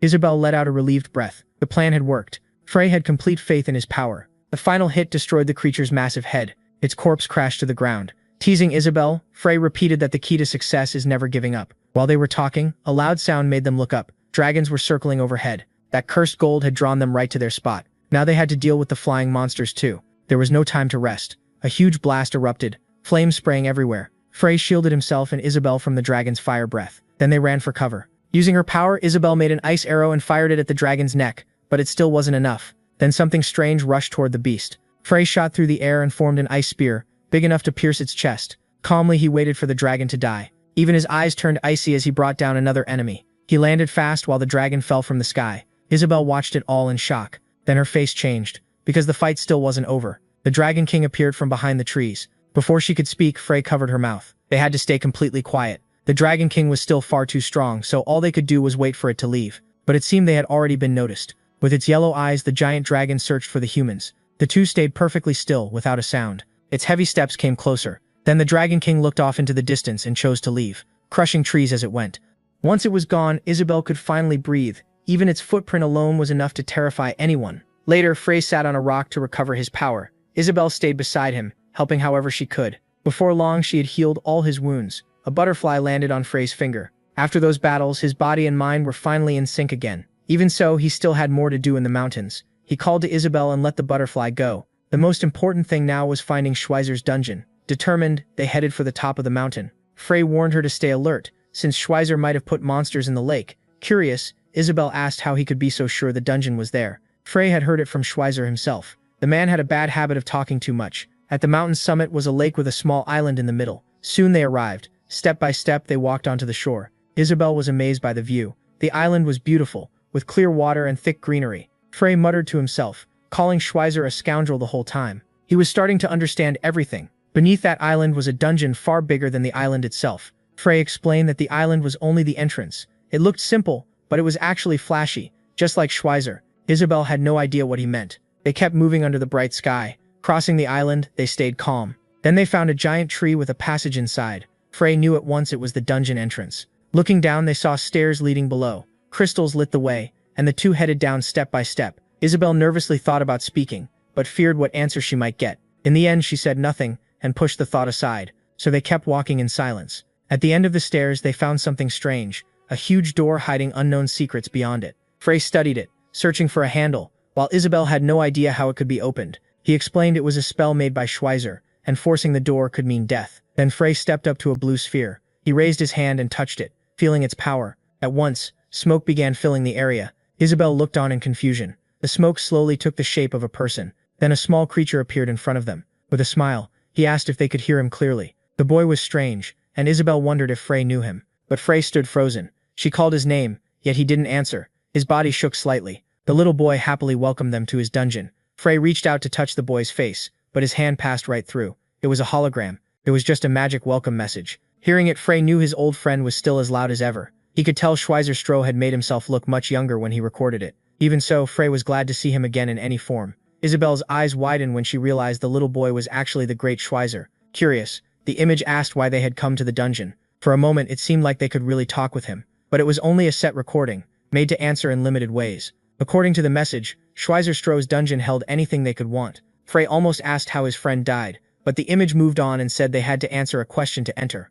It warned them that even one small mistake could trap them there forever. Frey got emotional. It really was Schweizer's voice and attitude. It felt like the past had come back, but he knew his voice couldn't reach him, as if he were the last one left. Still, he refused to believe he was the only survivor. The people he cared about were gone, while the ones who caused all the pain still ruled the world. In the end, his enemies were still alive. Isabel grew uneasy when she saw Frey's expression. Without wasting time, the boy asked what Schweizer Stroh hated most in the world. He just stood there smiling as he waited. Frey answered at once, the demigod. The boy happily confirmed that he was right. Then the image vanished and the doors opened. Isabel was relieved and quickly got ready to keep following Frey, but inside, she still wanted to ask the question she'd been holding back. Seeing her hesitation, Frey turned to her. She stepped closer and tried to speak, but no full sentence came out. Frey waited for her to say it. Before she could, he told her not to just stand around. They were heading deeper into Schweizer's dungeon, and they had to be ready for whatever traps came next. If she kept spacing out like an idiot, she'd die fast. So once again, Isabel swallowed her question and accepted his warning. As they climbed, Frey wondered whether this dungeon would bring a beginning or an end. After a while, they reached another door like the first one. Frey placed his hand on the blue sphere again. Smoke rose from it and formed a shape. A second image of Schweizer appeared, older this time. With every door, Schweizer seemed to age more. Now they had to answer the second question. But this one caught Frey off guard. The figure explained they could take only one item, and breaking the rule would anger the golems. One mistake could be fatal, so they had to be careful. Then the name Iris Peace Founder came up. Young Schweizer said he never understood that annoying woman, or how witches thought. While everyone else fought to save the world, she fell for a man and threw everything else aside. Isabel knew Iris Peace Founder was the Black Witch. She was famous for her dark hair and beauty, and almost no man could resist her. Remembering how charming his friend had been, Frey got lost in thought. But when the image said Iris had her issues, and Lucas was even worse, Frey's face changed. Young Schweizer complained there was no point being a great mage if Lucas still couldn't notice Iris's feelings. Frey looked confused. He had never really thought about that before. Quietly, Isabel realized Frey was just like Sir Lucas in that way. The figure said even a golem had more sense than Lucas, then went back to the question. Iris had contracts with 3 strong demons, and one carried a weapon that represented coexistence. Before the question was even finished, Frey answered, Azura. When he got it right, Isabel was honestly amazed he didn't even need to hear the rest. Past the door, they found a room packed with treasure and jewels. A little later, they reached the next door. Now Schweizer looked much older as he gave the next question. Isabel quietly thought about how the images kept aging. She wondered why each one looked older than the last. The answer was simple. The whole dungeon was built from Schweizer's journal. Frey guessed Schweizer hadn't been thinking clearly when he made it.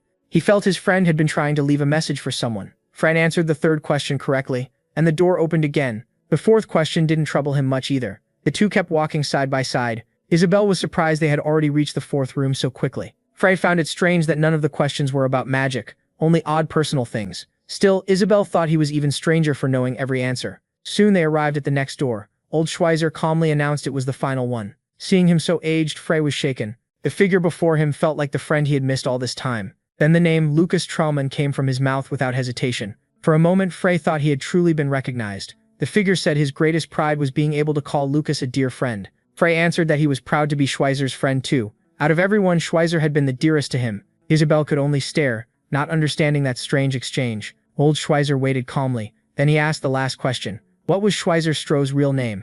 At that point, everything clicked. All the questions had been things only Lucas Trauman could answer. Looking straight ahead, Frey gave the true name, Schweizer Wilsman. Isabel couldn't understand how he knew so much. The old man smiled with pride. As the door opened, he told Lucas to enter. Everything inside had been prepared for him. Desperate, Frey begged the figure to stay a little longer. Before fading, Schweizer asked Lucas to take care of everything for him. Frey tried to stop him, but there was nothing he could do. Meanwhile, Isabel struggled to process what she had heard. The great sage Schweizer had just called Frey by the name Lucas. Lucas. Soon after, the two stepped into the final room. Unlike the others, it felt like a warm, comfortable bedroom. Searching a chest, Frey found the item he had been looking for. It was a flask filled with a clear liquid. Isabel was stunned when he said it was the frozen river. That legendary potion from the Cave of Layman, formed only one drop every 1,000 years, and could strengthen a person's inner mana. Just one drop could turn an ordinary person into a 4th-grade mage. Isabel was shocked. She had thought the frozen river was only a myth, and if Frey wanted to reach the 7th grade, he would need that elixir. Curious, she looked through the rest of the chest.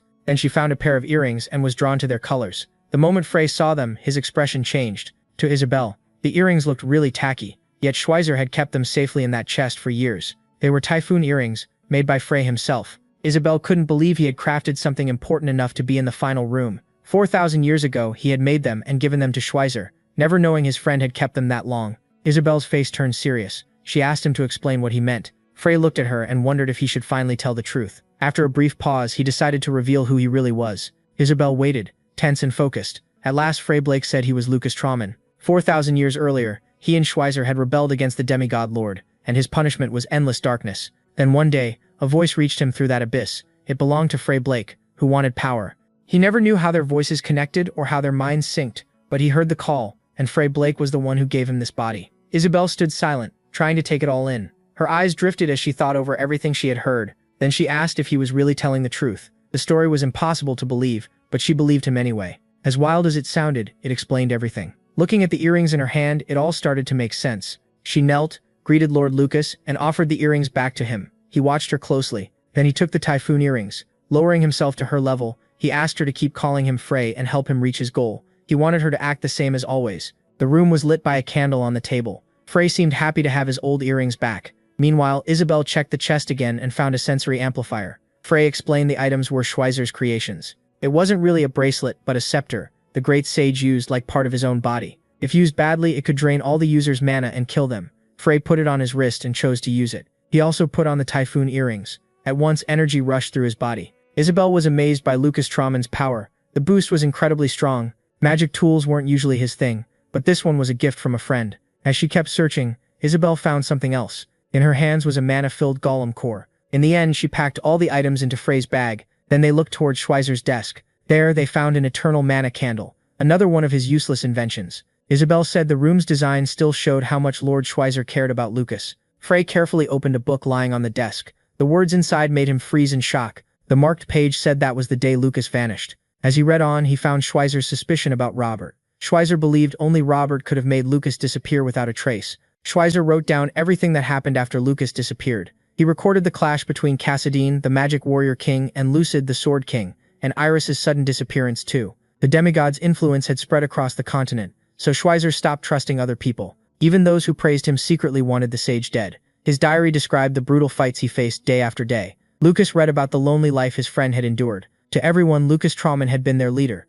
someone no one could replace. And the more Schweizer tried to carry that burden, the clearer that became. Isabel could only hold back tears hearing such a sad story. Even after trying so hard, Schweizer wrote an apology for failing in the end. Those words shook the hero even more. With tears in his eyes, Lucas couldn't accept that his friend had suffered through all of it alone. Beside him, the girl searched for some way to comfort him. After what he'd gone through in this life, he knew how crushing that kind of loneliness was. Then he said he would carry that loneliness, and that will himself. With anger burning in his eyes, he swore to wipe out the demigod's kind. After that, Frey turned away and went silent. But Isabel noticed something odd in the diary. There was still one last page. It said that whoever found it should complete Anastasia. Schweitzer had left all his records inside Anastasia, his greatest creation. Isabel didn't understand. but Frey was already searching through his bag. When he pulled something out, both of them stared at it. It was Schweitzer's masterpiece, Anastasia. The way back was still lit by the crystals. As they climbed the stairs, they talked about the gem, which was actually a golem core. Schweitzer had been a puppet master, but even Frey wasn't sure what Anastasia really was. Then Isabel seemed to realize something. Curious, she asked if he could finish the golem with that core. As old memories surfaced, Frey stopped on the stairs. In his mind, he saw the past, a strange-looking golem with a weird blocky design. Laughing, Schweitzer called Lucas's golem pathetic and said he should just make a new one. Next time, he joked, Lucas should ask him instead. He could build a better one without even using his hands. He kept teasing him so hard he could barely breathe from laughing. Annoyed, young Lucas fired a fireball right at his face. The memory left Frey with a strange feeling. Back in the present, he pulled another item from his bag. If they could finish it, they might learn the lost history. Isabel asked what he meant. He explained that the lost history was everything that happened while Lucas Trauman was trapped in the abyss. A little later, he stopped again on the stairs. His face showed that something was wrong. Behind him, the girl asked why he'd stopped again. He ordered her to run to the village the moment they got out of the cave. Above them, dragons circled, searching for prey. When they reached the mountaintop, the air felt tense. Isabel's face filled with fear. Waiting there was the Dragon King. Lucas faced the beast without flinching. The creature glared back, ready to fight again. Since it was clearly intelligent, Frey asked if the Dragon King had been waiting for him. The Dragon King answered, amused by this human. With a roar, he said he'd been waiting ever since the boy entered Great Torkunda's territory, so the monster had sensed them back in the forest. From Isabel's view, Frey sounded a little nervous. The creature laughed and bared its huge fangs. It had waited for them to leave the dungeon, knowing people always came out carrying treasure. That made Frey remember the frozen river. Torkunda had been using the dungeon as a trap to hunt humans and grow stronger. The place Schweizer had treasured more than his life had become food for a greedy beast. Angry, Frey said Torkunda needed to be taught a lesson. The beast was caught off guard by that reply. For a moment, it just stared. Frey made it clear, if the dragon came after her, he'd kill it. Torkunda narrowed his eyes and said he didn't like that look in Frey's eyes. Before the fight started, Frey again told Isabel to run as fast as she could, but she refused to leave when she knew he wasn't sure he could win. To the monster, humans like them were the best meal. Power gathering in its mouth, it declared this was the perfect time to eat them both. Frey quickly grabbed Schweizer's staff, he cast Earth Wall and sent the attack at the dragon. Torkunda felt the hit, but it did almost nothing, and Isabel was still standing in the middle of the battle. Frey snapped that she was useless here and only getting in his way. Hearing that, her eyes filled with tears. Still, she turned and left, saying she'd come back as fast as possible. At the same time, Torkunda prepared another powerful attack. It opened its mouth and blasted flames at Frey. Frey dodged and rose into the air. When he looked back, the dragon was right behind him. With heavy wing beats, it chased after the boy. Frey cast another spell while flying, but even with his weak body, he barely managed to dodge the next attack. Then a new danger appeared in front of him. Several smaller dragons blocked his way. Using the earrings and the staff together, he formed ice spears. Then he poured his mana into a windstorm. The dragons had no idea what was coming. A second later, the blast hit them. The spell tore through the group in the air. Some dragons were sliced in half, while others were badly wounded. As he moved through the sky, Frey watched them fall. But taking out the smaller ones wouldn't be enough. To win, he had to bring down their leader. As he readied himself, Torkunda rushed in. Frey only needed 3 seconds to finish his explosion spell. While casting, he saw the dragon closing the gap fast. Still, the spell was almost done. Then the timing lined up perfectly for a light trigger. A huge explosion burst across the sky. Flames swallowed the giant dragon's body. In the middle of it, Frey waited to see the result.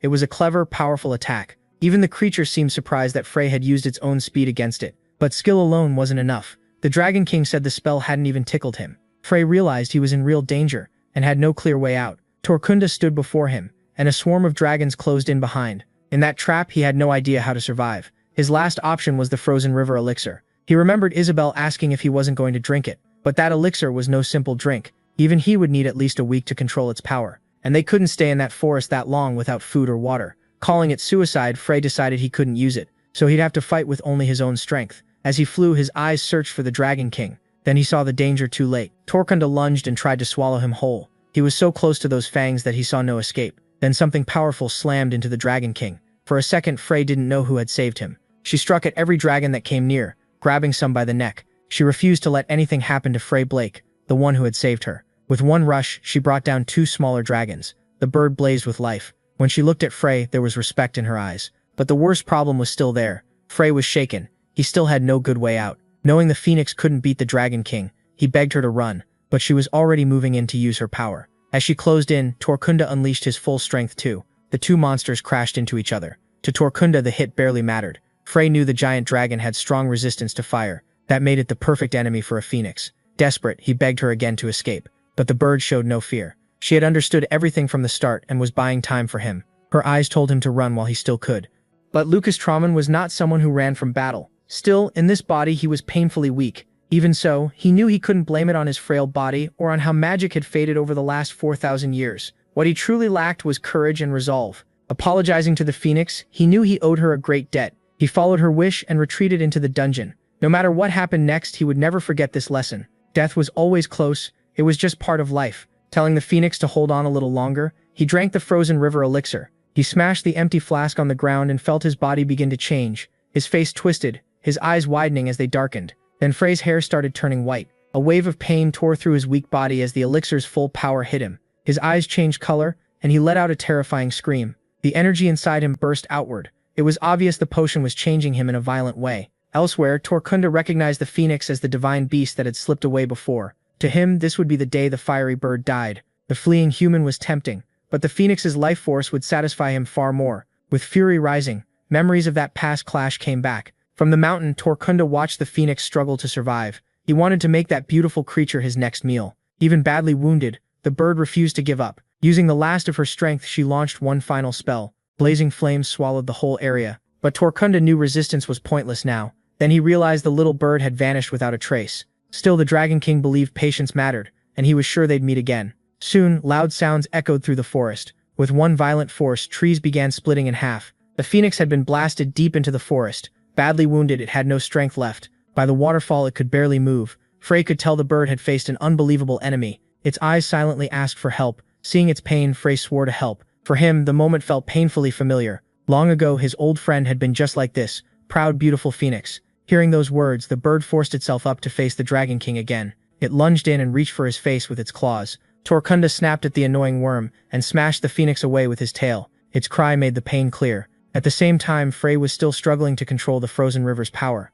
He knew it would be hard, but not this hard. In pain, he apologized to Schweizer for wasting the second life he was given. He blamed his own pride and overconfidence. He lacked both the energy to absorb the elixir and the will to endure it. Then everything changed. Little by little, his strength returned, wrapped in a warm aura. Isabel was beside him, using her power to help. She had even brought food and water so he could take in the frozen river. That was when he understood she had gone to the village for his sake. With a sad voice, she talked about being left behind. Only in this life had Frey learned what true loneliness felt like. Not knowing why she even existed in this world, the girl admitted he was the only one she trusted, so he could no longer say he was alone. Even though she could barely care for herself, she was still helping Frey. Before the cold fully took his body, he smiled and thanked her. Then he realized what he had really been missing. It wasn't courage or determination, it was trust, the trust of those still living. Nearby, the two giant beasts faced off, neither willing to back down. Then the fanged monster noticed something strange around him. A chilling, terrifying energy was spreading through the area. The Phoenix gathered every bit of its power into one final attack. With all its strength, it slammed into the enemy. It struck one of his eyes and drove him into a rage. Torkunda answered by sinking his fangs into the bird. Feathers scattered as the brutal fight raged on. Even he was stunned that the bird had dared to injure Torkunda's eye. Their clash shook the ground. Blazing with fury, Torkunda fixed his eyes on the Phoenix. Even near death, Frey still smiled with hope. In spite of everything, that smile never left him. A huge crack split the ground, pouring out fierce energy. That force blasted straight into Torkunda. The hit landed, but he showed no fear. So the monster moved to strike back. Debris filled the area, and the beast realized the danger had been real. Something was happening inside the cave. Light burst out in every direction. The flying monsters noticed it too. Those beams froze them solid. They couldn't move at all, and soon the ice cracked and shattered. Torkunda was still alive, circling above the region. For the first time in thousands of years, he felt the urge to run. When that sinister figure stepped from the portal, Torkunda felt real fear. He turned and flew without looking back. He couldn't believe he was afraid of a human. No matter how tough that enemy was, a human should still be just a human. Still, he knew he had to recover until his eye healed. Then suddenly, the human was standing on one of his wings, leaving him stunned. The man began firing arrows at the monster. Torkunda cried out in pain as they struck, and the force hurled him away. With those weapons buried in his chest, his rage exploded. Even full of holes, he tore himself free and got ready to attack again without any sign of slowing down. But by then, the human was already gone. To Frey, a monster that old shouldn't depend on one eye. Then the man appeared in the dragon's blind spot. Ice power gathered for another strike. One blow smashed into Torkunda's eye. That only made him angrier. He hurled rocks at his enemy, but they burst apart before reaching him. With a crazed laugh, the monster bragged about his past victories. Even so, fear showed in his eyes. Without noticing, his tail had started to freeze. Then the human appeared again, moving through the wreckage. Now the monster began to doubt what he was seeing. He kept asking if that thing was really human. After staring at him, the creature let out a long breath. Annoyed and uneasy, he wanted to know who his enemy really was. He beat his huge wings and flew closer. The pink-haired girl was terrified. Without turning around, he told her not to come any nearer. Then he prepared another ice attack. He mocked the monster, asking if that was truly his strongest move. Torkunda opened his mouth, ready to finish it. A human with ice magic should have had no chance against that savage roar. Using fire, the dragon tried to condemn him to death, but Frey held his ground and blocked it. The girl could only shield herself. The shockwave was so huge it shook the mountains. Fire and ice slammed together and exploded. The beast's roar kept growing stronger, but it still couldn't break the wall of ice. He pushed ahead with all his might. Watching in fear, the girl thought Frey might lose as the pressure kept building. There was nothing she could do except watch every second. Then she realized Frey had vanished. Torkunda declared victory, calling his enemy an insect, until something felt wrong. The girl noticed it too. A sudden chill touched the beast's neck. Frey had slipped behind him and was slicing off Torkunda's head with ice. At last, the fight was over. The dragon's corpse crashed to the ground. To the girl, it had happened in an instant. Staring at the body, she realized her companion had slain the beast, and he had done it without being at full power. Then he started falling from the sky. He dropped like a stone, but the girl caught him. She saw at once that his body was freezing cold. His only request was to take him to the phoenix. As they flew, the red-haired girl kept talking about what he had done and how amazing it was. He calmly said the ancient dragon simply lacked the battle experience to beat him. Then he told her that killing humans and fighting a real battle were completely different. Raw strength alone would never be enough against true monsters. His plan had been to make the dragon think his last attack used everything, when it was only 80% of his mana. The other 20% let him get behind Torkunda and form an ice scythe. The girl admitted it was a brilliant trick. Phoenix feathers were spread across the ground. The warrior looked on sadly and tears filled the girl's eyes. The great bird had already drawn its last breath. In grief, he touched its feathers and thanked it for saving him. But then the phoenix began to rise. Frey was going to bring it back with his power. Torkunda's body lay beside the great bird. The fire in the dragon's heart was being drawn into the phoenix. With that energy, the bird should revive. After Torkunda's death, the valley's dragons would tear each other apart to choose a new ruler. So the next ruler should be the phoenix. That way his friend's dungeon would never be threatened by another Torkunda. Leaving that duty to the bird, Frey said he looked forward to meeting it again someday. Back in Cow Symphony Village, everything seemed peaceful. People moved through the market with smiles on their faces. Frey sat on a bench nearby, quietly thinking about his life. Then someone mentioned that a ship had been booked. While squeezing juice, the young girl said no ships were leaving today. After the battle, he felt fine, though he needed to gain a little weight.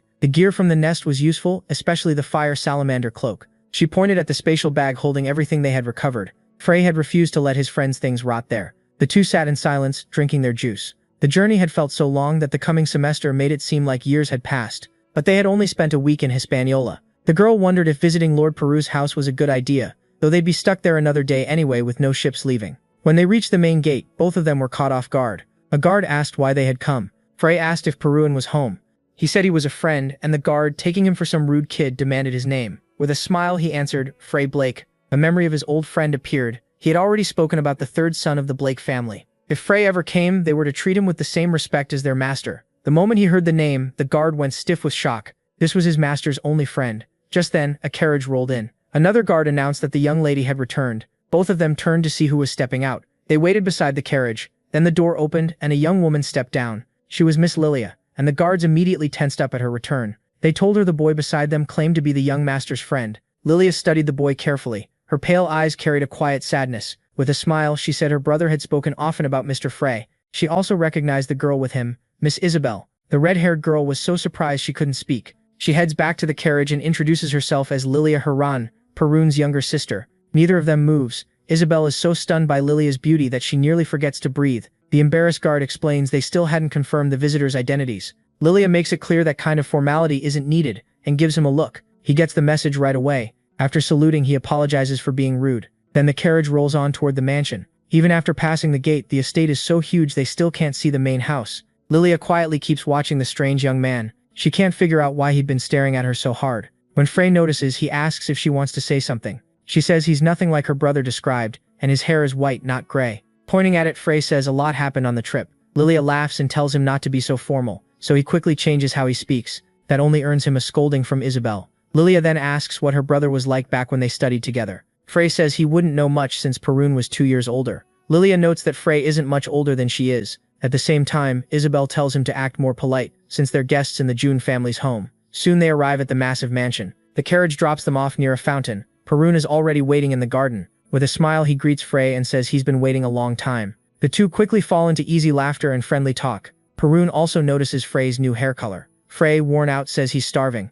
Lilia keeps noticing how different he seems. She'd never seen her brother smile this openly before. She cuts in and complains that her brother always ignores her. Perun walks over and calls her his princess. That only makes her mad. He hadn't even noticed her until then. So she turns around and storms into the mansion. Perun says Lilia gets angry for strange reasons, and it's a real headache. Frey finds it weirder that Perun can call his own sister princess without shame. As they head inside, they start talking about Frey's coming trip to the Infernal Mountains. Perun asks if he already rescued his fiancée, leaving Frey confused. Isabel explains he's talking about Miss Sonia. Frey is relieved to hear Sonia made it back safely.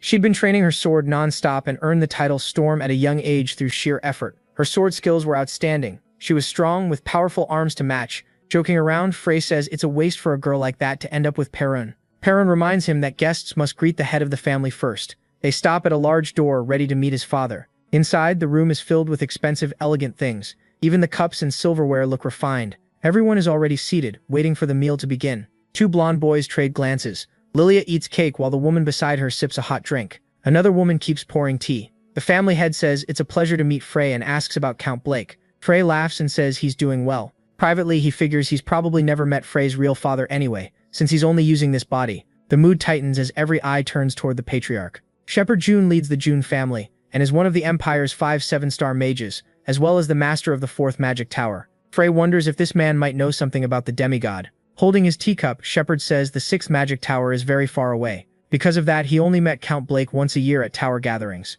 He says he misses the meaningful time they spent together. Frey studies the mark on the man's face. He's sure it's Schweizer's one and only magical tattoo. Shepherd says he's deeply thankful Frey helped his son and saved his fiancée. Then he asks what made Frey go to the Infernal Mountains. Frey keeps it vague, saying he had personal business there. He adds that it was too minor to bother him with. In the end, Shepherd lets it pass. He changes the subject and asks how banquet preparations are going.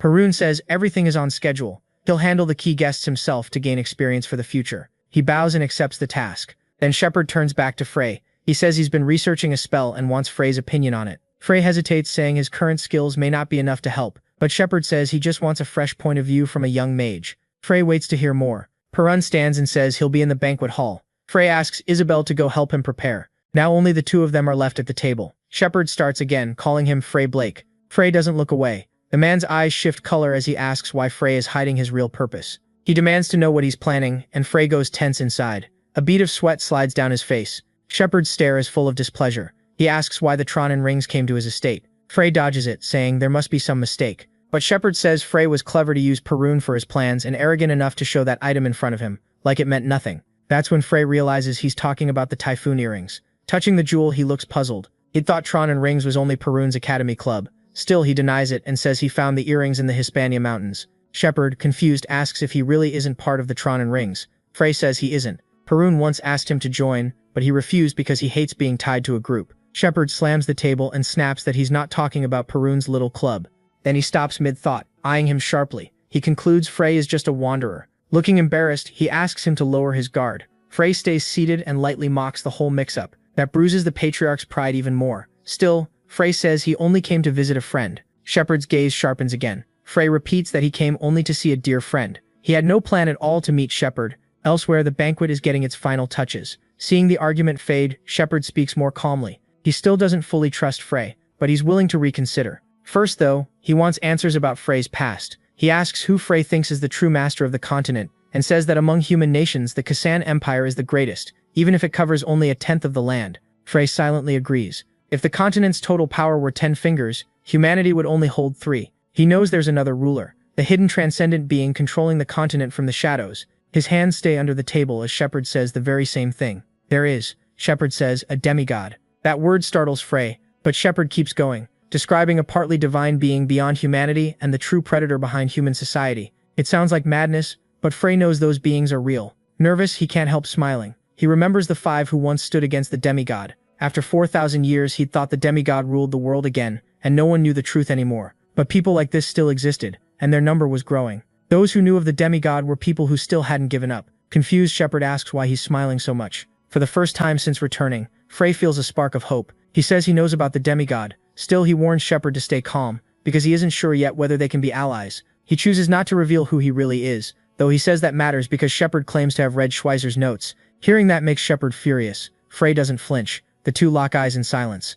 Once calmer, Shepard says he hopes Frey will share what he knows. He admits they know little about demigods, and aren't even fully sure they exist. The only thing they know for certain is that those beings are strong enough to wipe out every creature on Earth. Frey feels relieved that Shepard at least understands the important part. There can't be many of them, probably fewer than 100. Even so, each one is like living destruction. Then Frey begins a story from 4,000 years ago. 5 heroes rose up against the demigods: Schweizer the Great Sage, Cassadine the Magical Warrior King, Lucid the Sword King, Iris the Black Witch, and Lucas Trauman the Great Mage. But after the Great Mage vanished, history changed. The Warrior King and Sword King split apart. The Black Witch erased all traces of herself. Only the Great Sage kept fighting to the end, but he couldn't face the demigod alone. And that's how their names passed into history. The two keep staring at each other across the table. Like Schweizer's notes, Shepard knows things missing from modern history. He says his circle inherited the will of those heroes. In truth, they're split and scattered across the continent. Over time, that legacy broke apart, leaving them in a tense balance of mutual control. Frey thinks this is what always happens when 3 or more people get involved. Everything turns political. The biggest circles are the Stroke Callers, Peace Founder bracelets, and Lucid Swords. Frey realizes those groups use their names, but he still doesn't know what happened to Cassadine or to Lucas. Shepard adds that the Trauman rings are in bad shape, and their leader may have died. Cassadine's title, the Magical Warrior King, is passed down to one person at a time, but no one knows where the current heir is. Even with the same name, that circle has nothing to do with the Academy Club. Shepard says the club was just something students made on a whim. When they spot gifted students at the academy, they pull them into their side, and having other groups with the same name actually helps them stay hidden. As he offers Frey a glass of wine, Shepard admits he doesn't know how far the demigod's eyes and ears reach. Frey realizes this very talk might already be overheard. Shepard had assumed he was loyal to the Trauman rings because of the Typhoon earrings, Lucas's old relic. In the end, he says that's all he can reveal. Then he studies Frey with clear curiosity and asks how he got the earrings. Frey had claimed he found them in the Hispania Mountains. Rumors said Kuro's relics were hidden there, but no one had found any. The main reason was simple. Almost nobody knew where the dungeon was, and even if they did, Torkunda was likely waiting at the entrance. Dodging the real answer, Frey says he was in trouble and wandered into an unknown area. By pure luck, he found Schweizer's dungeon. Shepard understands then that the notes Frey mentioned came from that place too, which meant he already knew most of what had just been said. Growing impatient, Shepard presses him for details, but is disappointed when Frey only says it was an accident. Even then, his suspicion doesn't fade, so he asks Frey to show what the Typhoon earrings can do. Frey sets down his glass, and the earrings flare with bright, powerful energy. After showing their power, he asks Shepard what he thinks. Shepard stays quiet, closes his eyes, and says, "This isn't the worst outcome." Then he adds there is an even bigger reason to doubt the boy. The mansion is fully lit, and the banquet is already underway. Guests eat, drink, and chat happily together. Frey enters the event in a black suit. He was glad to meet someone who knew about the demigod, but things were only getting harder. The worst part was learning the circles had inherited that will, only to split apart and fight each other. He still needed to learn about the circle leader, the Frozen River's power, and finish Schweizer's golem. Frey knows he has too many worries piling up, and maybe he'd only gone unnoticed until now by pure luck. Then someone asks what he's thinking so hard about. Smiling, the girl says Lady Lily made her dress just for her. Frey says it must be nice to live without so much on your mind. He frowns and the girl doesn't get what he means. He says nothing, takes a sip, and remembers an earlier talk. A month ago during the Magic Tower conference, a report said someone had contacted the demigod. That caught Frey's full attention. The man had hesitated, unsure how much to reveal, but Frey's face made his curiosity obvious. So he said the one who contacted the demigod was Isaka Blake, Frey's father. Nearby, someone says Sir Patrick's sword skill rivals the warriors of the Lu Nibi kingdom. Frey recognizes the flatterer as Gusbar, who gets invited to the next Deerstay family banquet.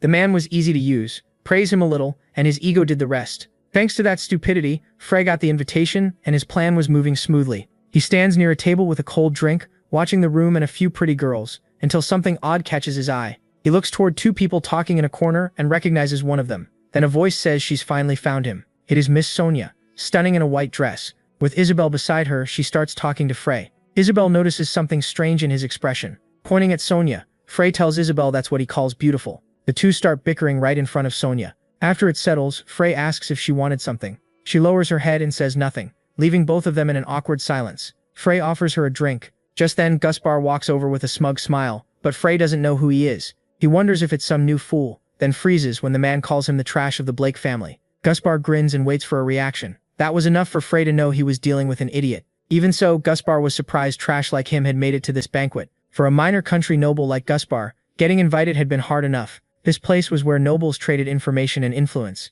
He keeps talking, saying Frey even got into the academy, something he never could. His expression stiffens when Frey tells him to leave. Annoyed, Frey orders him out of his sight. The girl teases him for repeating the exact line he said he wouldn't use. Gusbar snaps that Frey is arrogant and insane and has no right to speak to him that way. But then his attention shifts to the two girls standing there. He already knew Perwan's parties had beautiful women, but these two stood out even here. What he couldn't understand was why they were with trash like Frey. Frey doesn't respond. Gusbar figures he's just trying to look cool in front of the girls. Then three men walk over and ask if something is wrong. One of them is Sir Patrick with two friends. He glances at the girl before introducing himself to Sonia as Sir Patrick, eldest son of the Deersta family. Gusbar gets annoyed when he realizes Patrick is hitting on the woman he wanted. The girl in blue introduces herself as Sonia Aquarid. That name startles one of the men. He assumes since she's from another country, she doesn't know what kind of person Frey is. So he decides to use that chance once and for all. Sonia was the eldest daughter of House Aquarid and bore the title Storm. He steps forward and apologizes for not realizing she was Lord Perwan's fiancée.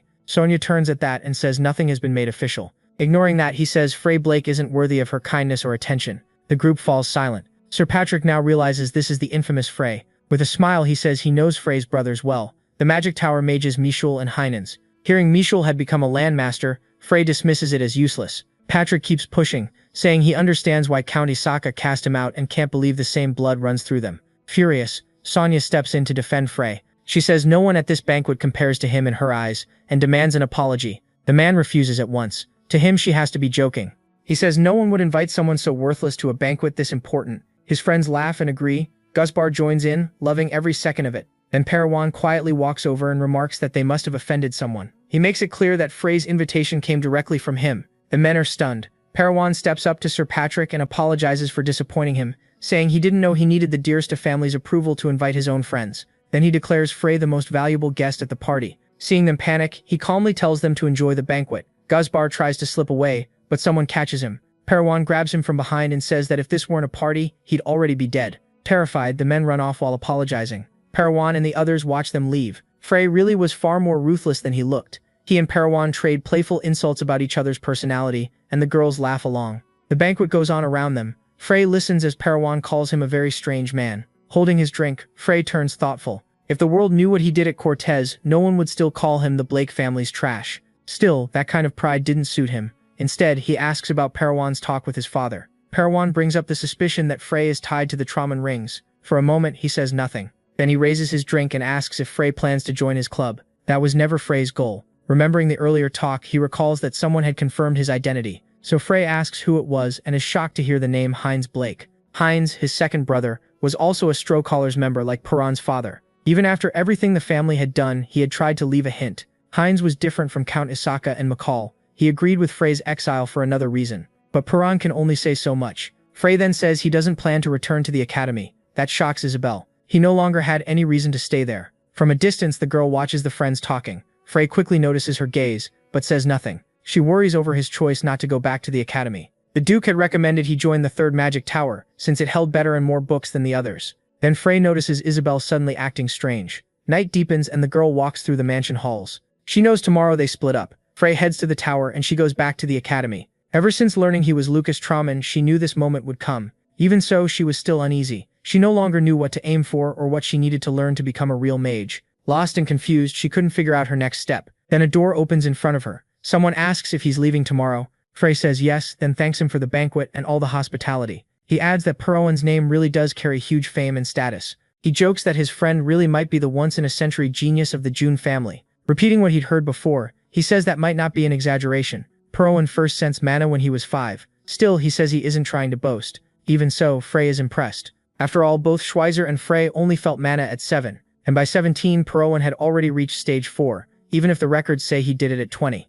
That gap in the story catches Frey's attention. Trusting Frey, Perwan admits he's never shared how he truly feels. With a heavy voice, he says his talent feels more like a curse. The two friends face each other. Frey stays silent, while Perwana looks down, choosing his words. He says he once had a teacher, a thin stage 6 mage, vice master of the 5th Magic Tower, and a man full of knowledge. Whenever Perwan asked something, the man would answer with a warm smile and a pat on the head. He loved that so much he kept studying harder just to ask more questions. That teacher was the one who gave him a love for magic. But that was only how Perwan saw it. Sadness fills his eyes. Soon after reaching stage 4, he asked something even his teacher couldn't answer. The man became deeply shaken, then exploded and called him a monster. What Perwan remembers most was the fear on his face. His teacher had watched him improve at a terrifying speed. In the end, that fear spilled out. From that day on, Perron lost his direction. He still loved magic, but whenever he got drawn in too deeply, that same terrified face came back and stopped him cold. Every day he cursed his own talent over and over. In tears he wished he had been ordinary and learned magic with simple passion. Then maybe no one would have called him a monster. Frey gently puts a hand on his shoulder, but Perron keeps crying, unable to hide the pain. Frey tells him to quit being so dramatic. Then he asks him to listen carefully. He says some people are beyond genius. They stand at the very top of magic. And if one unworthy teacher was enough to break him, he'll never reach that peak. Perron listens closely. Frey warns that by the next time they meet, he'll be far beyond where he is now. So Perron better do the same. That makes the boy go quiet. He reflects for a moment on the demigod and Frey suspects he already knows it exists. Frey stands firm. The demigod is the evil god who controls intelligent life and twists the laws of the world. But humanity also shares the blame for failing to understand the chains it's living under. Even so, humans can still beat him and fix the world if they refuse to give up. Frey says that's a goal only humanity can achieve. If Perron wants an easy life in a magic tower while bragging about his talent, fine. But Frey's goal is the peak of magic, so he can defeat the demigod. He wants to reach the final stage, and now he wants to know what Perron truly wants. Perron stays seated in silence. He only lets out a slow sigh. Outside, the girl listens through the crack in the door. She had hoped her friend would stand against his family and choose his own road. In her mind, she sees the image of two great men. Frey pats his shoulder and says he'll always stay one step ahead. Perron makes one last reply. Next time, he'll be the one in front. Pleased, Frey says that's what a real friend should say. Hearing that, the girl walks away in tears. Everything she's heard is too much to take in. The next morning, clouds cover the sky. Frey is already outside, ready to leave. The weather suits the trip just fine. Then someone asks if he's really leaving his baggage behind. It's the girl carrying a huge backpack. Frey looks confused and asks what baggage she means. She reminds him he used to call her baggage, a burden, and an obstacle. Now she's made up her mind to push her magic as far as it can go. So she'll follow the greatest mage in history instead of learning from anyone else at the academy. Frey warns she'll regret that choice. She ignores him and keeps walking, saying she'd follow him even into hell. Frey answers with a faint smile, then the two calmly continue their journey together. Before long, news spreads about Frey and Perwin's friendship. Lord Michael hears that the two are far closer than expected. Sir Patrick reports that Frey was the banquet's most important guest, but Michael hardly reacts. The man nervously keeps trying to explain, yet Michael doesn't seem interested in his younger brother's new friendships. In the end, he dismisses him from the office. Still, he does find it odd that Perwin sees Frey as such a close friend. He turns to Heinz and asks what he thinks. Heinz says it isn't surprising, they went to the same academy. Michael rises from his chair. He decides it may be worth telling their father what he's learned. Then he leaves the room, leaving Heinz behind. Heinz watches him go, then looks back out ahead. In one hand, he holds a strange object. Frey explains Duke Shepard gave it to him, a qualification needed to start the test for his circle. The girl thinks joining the circle may be the best way to learn more about the demigod. Until recently, Isabel had never even heard that name. She also knew nothing about the 5 heroes her friend once stood with. She was only taught they were great masters. If not for Frey, she would still think the demigod was just a made-up story. Frey says the worst kind of control is the kind people can't see. Those trapped by it can't think for themselves or choose their future. They fight with fake pride and false victory, becoming happy slaves, and that's what humanity is now. Even so, he warns her of one thing. He never truly lost to the demigod, he's just been on a very long road to victory. Soon, they arrive at a massive tower. It's Isabel's first time seeing a magic tower up close. Frey still has half a year before he can join the circle. Until then, he has to steady the frozen river's energy and train until his old strength returns. The place fills him with nostalgia, and he says this is where he first truly devoted himself to magic. Then several people approach. The two notice their footsteps. They look like cloaked magical beings. They stop near the newcomers, and it turns out they're dark elves. Elves and dwarves are allowed to move freely through human lands. That surprises Frey, though he remembers reading about it at the academy. Even so, compared to 4,000 years ago, it's still a shock. Back then, the elves had fully united with the great northern jungle as their own land. One of the elves notices something strange, and Frey stares back, but they pass by without a word. Up close, the tower feels even more enormous. Inside, warriors train in combat, and also practice magic. The hall is packed with fighters. The girl kneels and starts training too. She's fully focused, already used to the battle training method. Then she notices sharp movements nearby. Frey is practicing ancient techniques. She can't help watching him closely. Rumors say he spends all day doing some weird dance, and everyone calls him a freak. At first, it really does look odd, but now that Isabel understands the training style, she can clearly see the flow of Kai. Countless incredible moves are hidden inside that dance. He strikes too fast for the eye to follow, then slips back to his starting point like flowing water. It's not a dance at all. It's high-level martial arts. Nearby, a man drops to the floor. He gives up and begs his opponent to stop. That opponent stands over him. The elf says the human was far too weak, though saying that after the man's surrender is rude. The dark elf woman asks if this is really the warrior Liamson was praising. Embarrassed, The elf quietly disagrees with his master. As he goes to help his opponent up, he notices something unusual nearby. It's Frey, still moving through his strange form. The elf's eyes lock onto him. Isabel realizes he's the same dark elf from outside the tower. He asks if Frey is a magic warrior. Frey shrugs and says he's a mage. The elf still doubts it, since those moves don't look like a normal mage's. He notes that Frey is human, and Frey simply tells him to call him Frey. The elf then introduces himself as Liamson. After that, he asks Frey to fight him. Frey is confused by the sudden request. Though Liamson says it isn't exactly a fight, he just can't remember the right word. His master helps him out and says he means a duel. Soon all four stand together in the middle of the hall. The elf woman introduces herself as Camel and asks for the girl's name. She apologizes for the interruption, saying her companion is an annoying idiot. The two start arguing in Elvish and Isabel can't follow a word. Frey doesn't mind. He says he's ready to duel. Liamson is surprised a human can speak Elvish. This guy really is interesting. Then he says it would be even more interesting to see an elf learn human magic. It sounds just like something the elf elders would say. People gather as they realize a new duel is about to start. The dark elf gets into position. His movements are strange and complex. He moves in on Frey. He kicks in from the left, but Frey blocks it, shocking him. Liamson attacks from every angle, using speed to break through. These were silent shadow steps, all built on footwork. He tries again to reach Frey, and gets blocked again. Then Frey starts those dance-like moves and knocks Liamson down with one strike. But the elf catches himself on the ground. Frey's style feels more like a wild beast than a person. The duel keeps getting better, and neither side is done yet. They jump up and try to hit each other in the air. The crowd watches in shock. The elves can't believe this white-haired human can match Liamson, their next leader. Frey slashes the air with sharp hand strikes. Liamson throws another kick, but the two crash together mid-air. They land crouched and breathing hard, staring each other down. The elf master decides Frey isn't a true magic warrior. His build says otherwise. Still, she can't figure out how someone that slim blocked all of Liamson's attacks. Frustrated, Liamson shouts at Frey and rushes in for a final blow. The exchanges grow even harsher. Watching closely, Camille is amazed by Frey's perfect mana control. She tells them to stop. Out of breath, the two praise each other. Frey says that in a bare-handed fight at night, Liamson would likely be stronger than him. He also points out that Liamson isn't used to close combat. The elf smiles and suddenly bursts out laughing. Then he asks how long Frey plans to stay at the magic tower. Isabel hands Frey plans to stay at the magic tower. Isabel hands Frey a towel, and he says he'll be there about 6 months. Hearing that, Liamson says he's glad. Camille is still curious about this human, and as she moves, her earring comes into view. She instantly notices Frey's powerful item.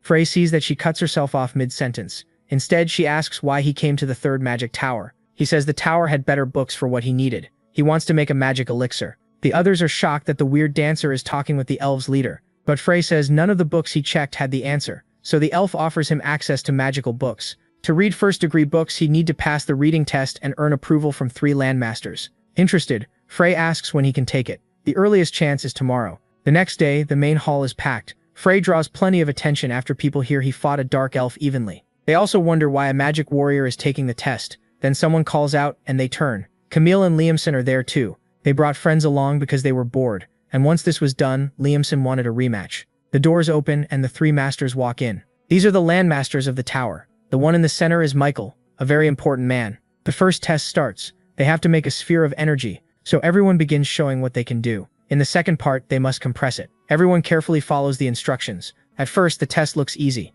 Then Master Michael pulls something from his sleeve. It's a small blue sphere. He says they'll pass only if they can compress theirs smaller than that. But getting it down to marble size is incredibly hard. Time passes, and many contestants fail and get eliminated. One man strains to shrink his sphere, but he fails like the rest. It was just too small to reach. Isabel tries with all her strength to match the size. Then Master Michael announces that she passed. Exhausted, she finally relaxes. Next, Michael looks at someone else. That sphere is about as small as it can get. The Dark Elves don't need more testing. They already have permission to read the magic books. Then someone questions another student. Frank had reached an unbelievable level, but the man beside him thought he'd quit. When he speaks to Master Michael, the man is stunned. Your eyes can fool you, mana has to be sensed. Frank had compressed his sphere until it was invisible. Michael is impressed by that control. After noticing his earring, he says Frank can skip the remaining tests. The boy introduces himself as Fred Blake, third son of the Blake family. Michael also says he wants a private talk. Soon, the two are in a bright room. Michael says his skills were remarkable. Once he hears Duke Shepard recommended him, he gets straight to the point. Michael already knows he's reached stage 5. Frey was actually aiming for stage 7, but keeps that to himself. Looking outside, Michael asks if he's heard of the demigod. Frey shows he knows a little. Michael says traces of the demigod were recently found in Ushiano, along with signs of apostles. These apostles were chosen by the demigod, gifted with divine power, and called themselves apostles. Now fanatics all over the world are gathering to go there. Frey is surprised. Nothing like this existed 4,000 years ago. Bushiano falls under Master Michael's rule along with the Honorable Lucas. At this rate, villages and cities could be destroyed very soon, so they need to investigate. Michael asks Fred to join them, and he accepts right away. Michael finds that response a little strange but also interesting. It was a dangerous mission, so maybe he should have taken more time to think. Frey only wants to know why he was chosen. Michael lowers his sleeve and shows him a relic of Iris. He says he's part of the Peace Founder bracelets. After the master of the Traman Ring Circle was killed by the demigod, things fell deeper into chaos. The Dark Elves at the tower were reinforcements from the Black Teeth. That's why Michael recognized him. A young man wearing typhoon earrings was hard to miss. Touching them, Frey realizes that items somehow became famous. After some preparation time, he was able to steady the energy of the frozen river. Then Michael asks why he wants to read the magic books. Frey says he wants to make an elixir, so he needs to study alchemy. The old man is impressed and says books aren't what he needs. He should ask a certain woman. Confused, Frey follows the clue anyway. He knocks on a door and waits. When the girl appears, he introduces himself and says Lord Michael sent him. This is Professor Adelia, a genius from Westrot Academy. Inside, Frey notices her way of living is pretty extreme. From her chair, she tells him to sit wherever he wants. As he looks around, he spots all kinds of study tools. Tired and busy, she tells him to explain what he wants in 5 words. Frey focuses and turns to her. He says he wants to make a mana potion, and she's impressed by how fast he answered. Now she's curious what kind of potion it is, so he hands her a vial. She studies it at once. The mana inside is unbelievably dense. Frey starts to explain, but stops halfway. Annoyed, the professor tells him to use more words. He explains it's the heart of a 1,000-year-old dragon, with mana around 100,000. He wants to turn it into an elixir. It's crazy, but her eyes light up. She says the method is hard because of the ingredients. He'll need something almost impossible to find, a phoenix feather. Frey immediately sets one on her desk and asks if she needs anything else. Stunned, she says it's her first time seeing one. Then she asks him to compress an energy sphere to grape size. Frey does it with ease. He quickly compresses the sphere, and not long after, the two begin their experiments. Adelia starts wondering who this new partner really is. She guesses he's from the Blake family. She doesn't know the name Frey, but she knows his brothers. Even if some of his knowledge is old, his grasp of alchemy and mana control is amazing. With skills like that, she can't believe she's never heard of him. Adelia suddenly grabs him by the collar. Her face makes it look like she's about to confess something terrible, but instead she begs him to be her assistant. She even offers great pay, but he turns her down. So she promises to teach him secret production methods no one else knows. Then she starts thinking of other ways to win him over. Sitting on the floor, she gets caught on another question.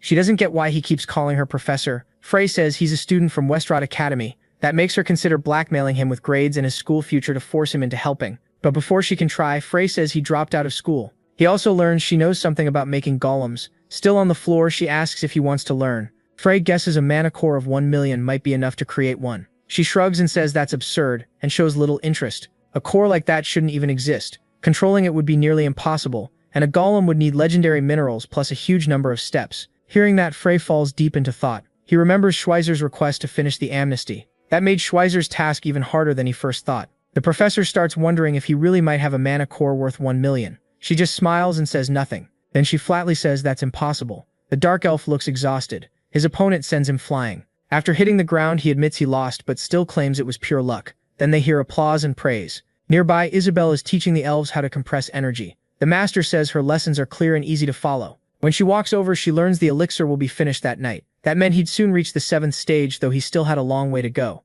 Hearing that, Camel gets curious. She asks if they'd like to learn spirit magic since it would help a lot if they ever made a spirit contract. In return, she wants them to teach magic to her children. Frey meets Professor Adelia, and she tells him the elixir is done. Even so, she's uneasy about letting him drink it and urges him to change his mind while he still can. The elixir's quality is incredible. Its mana is twice as strong as normal, and if he drinks too much, his bones could melt. Frey thinks that sounds perfect. Adelia is speechless. With a shrug, she says it's his choice and tells him not to come haunting her after he dies. To thank her, he gives her a gift, the Ides necklace. She immediately starts scolding him. She assumes he's trying to flirt with her, but he calmly explains the necklace will improve her focus and concentration. She still sticks to her idea. Frey is left speechless, and decides he'll never understand women. The window is boarded shut. Inside his room, Frey grips his bag. He takes out several stones, then throws them around the room. A layer of energy spreads, turning the whole place cold. Mist escapes his mouth with each breath. He steadies himself and begins to meditate. Then he opens the flask and drinks the elixir in one go.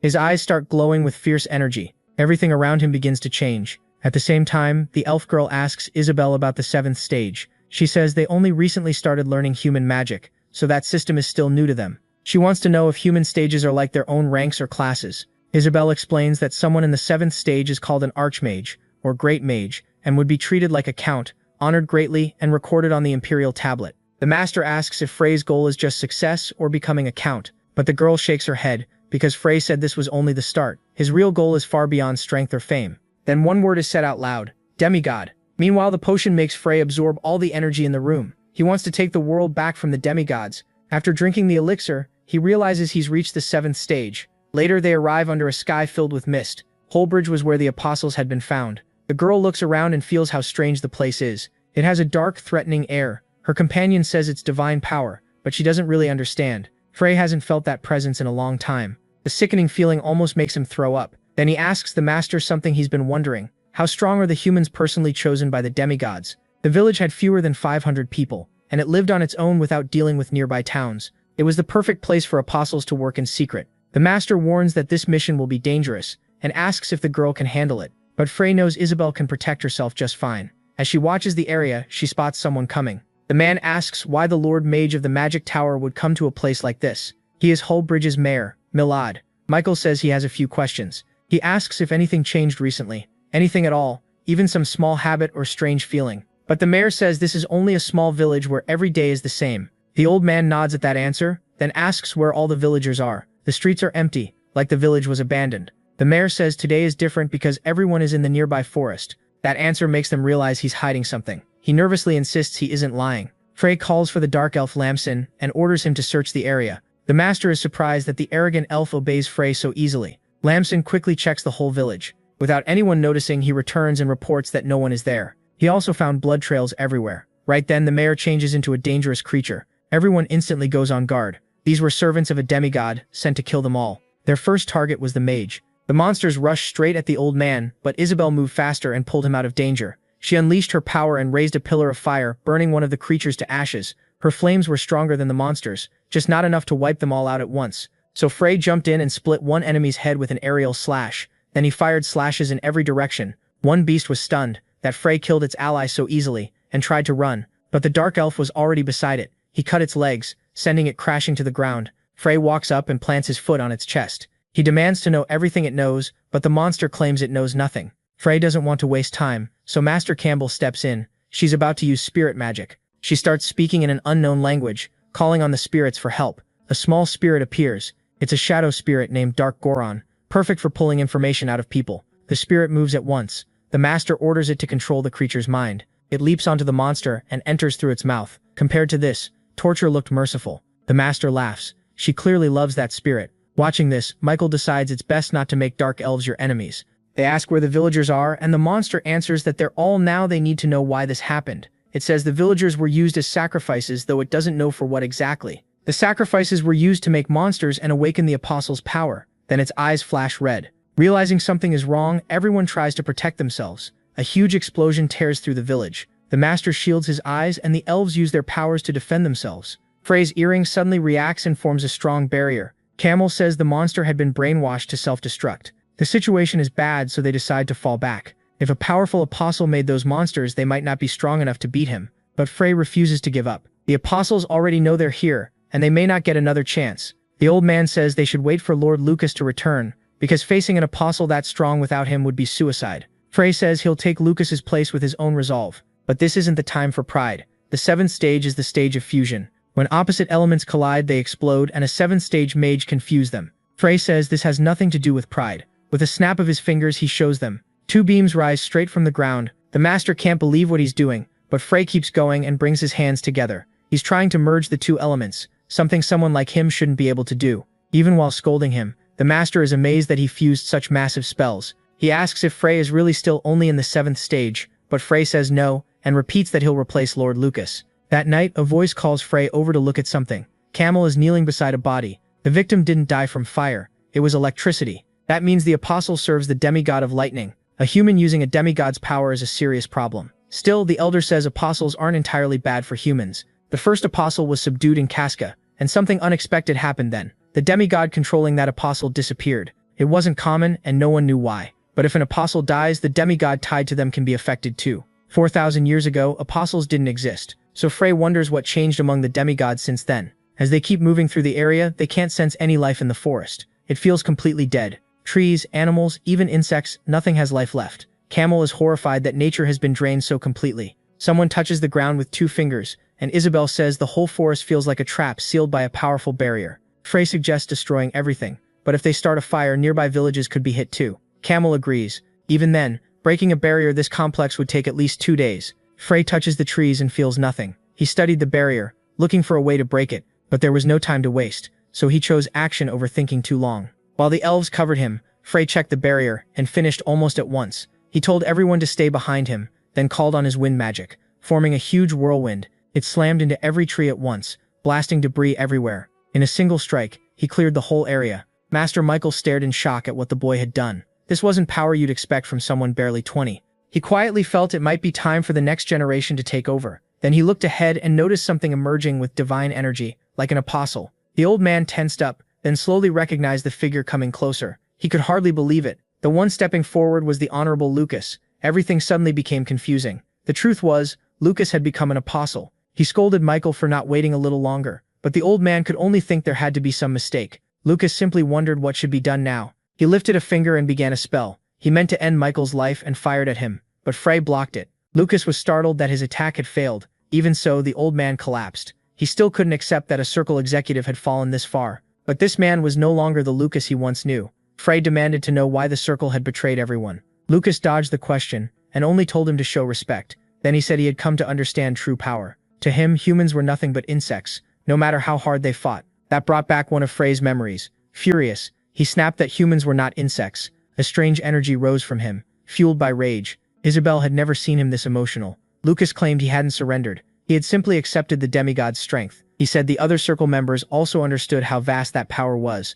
but people still forced themselves forward through fear, risking their lives and refusing to give up to protect the ones they loved. That was humanity's true courage, and Lucas had thrown it away. Frey's fury exploded, and his spell power burst out. Even shaken, the old man called it ignorance. Everyone knew another battle was starting. Lucas could cast with a single finger, and no chant. That was an apostle's power, far beyond normal magic. That pure lightning wasn't something magic alone could make. It came from a demigod. With that gift, he had gone beyond the 7 stages. Lightning flashed overhead, and storm clouds gathered. This wasn't human power. It was the demigods. The elf asked what they should do next. Frey ordered them to split up. Liamson would stay in front and protect the others. Camel would back him up with magic. Lord Mikkel would stay behind and block the enemy's divine power. Then Frey turned to Isabel and pulled his loyal friend into a silent hug. He whispered something in her ear, and it left her stunned. He turned away. There was no time to argue. Any complaints would have to wait until they survived. Frey braced himself for the fight. The front line charged Lucas. He answered with one-handed magic, sending beams out like flowing water. The elf moved first and dodged them. But when he tried to strike back, Lucas raised a shield. A burst of light flashed, and the elf was blasted away. Near Frey, the others readied for the next move. Frey leaped at Lucas and cast Blazing Earth. Master Mikkel watched in horror. The ground split apart, showing how terrifying Frey's power really was. He began to wonder who this boy truly was. Frey was fighting to kill. He rushed forward across the broken ground, while Lucas defended, telling him not to waste his strength. No matter how strong he was, he couldn't break through the lightning barrier. That was the demigod's pure power. Frey wasn't shaken. He used flame impact to close the gap, then followed with piercing ice.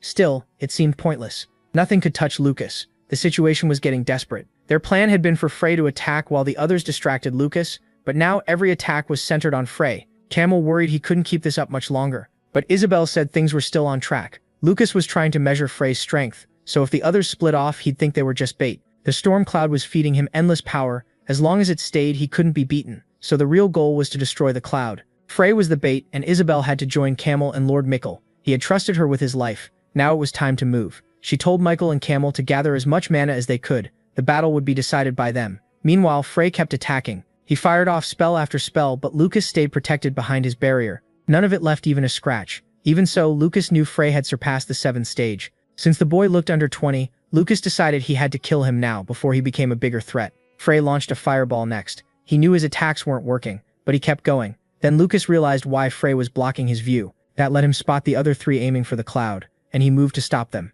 Isabel saw at once that he'd figured it out. A spell struck all 3 of them, and Frey shouted a warning, but they were already down, barely able to move. Lucas formed an energy sphere to finish them off. Their plan was falling apart because he had seen through it. It almost seemed too late to win. Then Liamson jumped in and stopped Lucas from casting the final blow. Frey called out an alarm for his friend. The dark elf held on as long as he could, while Lucas raised his barrier again. Frey ran to check on the others, but they told him they were fine and to focus on Lucas. They still had to destroy that cloud. Liamson kept up the fierce fight until Lucas knocked him back. Lucas was getting angrier by the second. He hit Liamson with a heavy spell, then seized him by the throat. He couldn't understand why they kept fighting when they couldn't win. He said he'd grant the elf's wish and kill him. No one here would leave alive. But Liamson quietly caught his staff with his feet and jabbed Lucas in the chest, drawing blood. The barrier threw him away, yet he saw the wound he'd made, even if it seemed like it changed nothing. Lucas stepped closer, saying nothing could beat him. Then a strange force rose from the ground and made him turn. The mana gathering there was enormous, beyond what should be possible.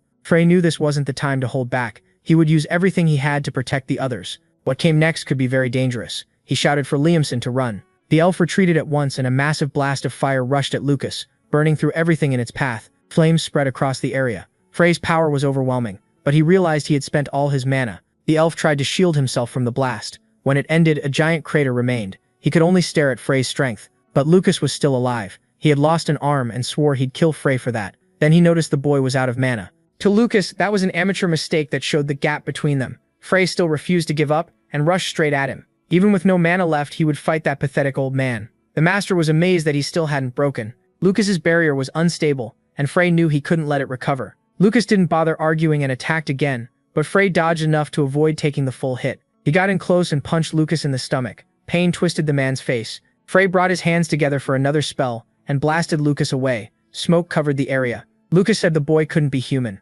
Frey shot back that Lucas wasn't human anymore either, just a worm the demigod used. Lucas's body stopped moving for a moment. It looked like he was losing and he couldn't accept that. With his one remaining arm, he tried to pull more power from the sky. As long as the cloud remained, his mana was endless. Once he recovered fully, he planned to burn everything down, but then a kick slammed into him. The elf had appeared beside him, laughing at his confidence. He knocked Lucas flat. At the same time, the other three kept working to destroy the cloud. They were close now. Frey and Liamson kept Lucas busy, even though he was weakened and down an arm. He still had plenty of mana. He suddenly struck both of them and sent them flying. Frey crashed hard but stayed alert. Lucas pinned him with a foot and said he'd slice him apart, then burn him to death. But the next second changed everything. A huge power rose around them. It was the storm the three had created. Their combined attack finally complete. The master poured in his elven power. The elder used his instrument to call the elements, and Isabel brought it all under control. Exhausted, they knew they had done it. Lord Mickle still felt some sorrow for his old friend, even as Lucas's body broke apart before them.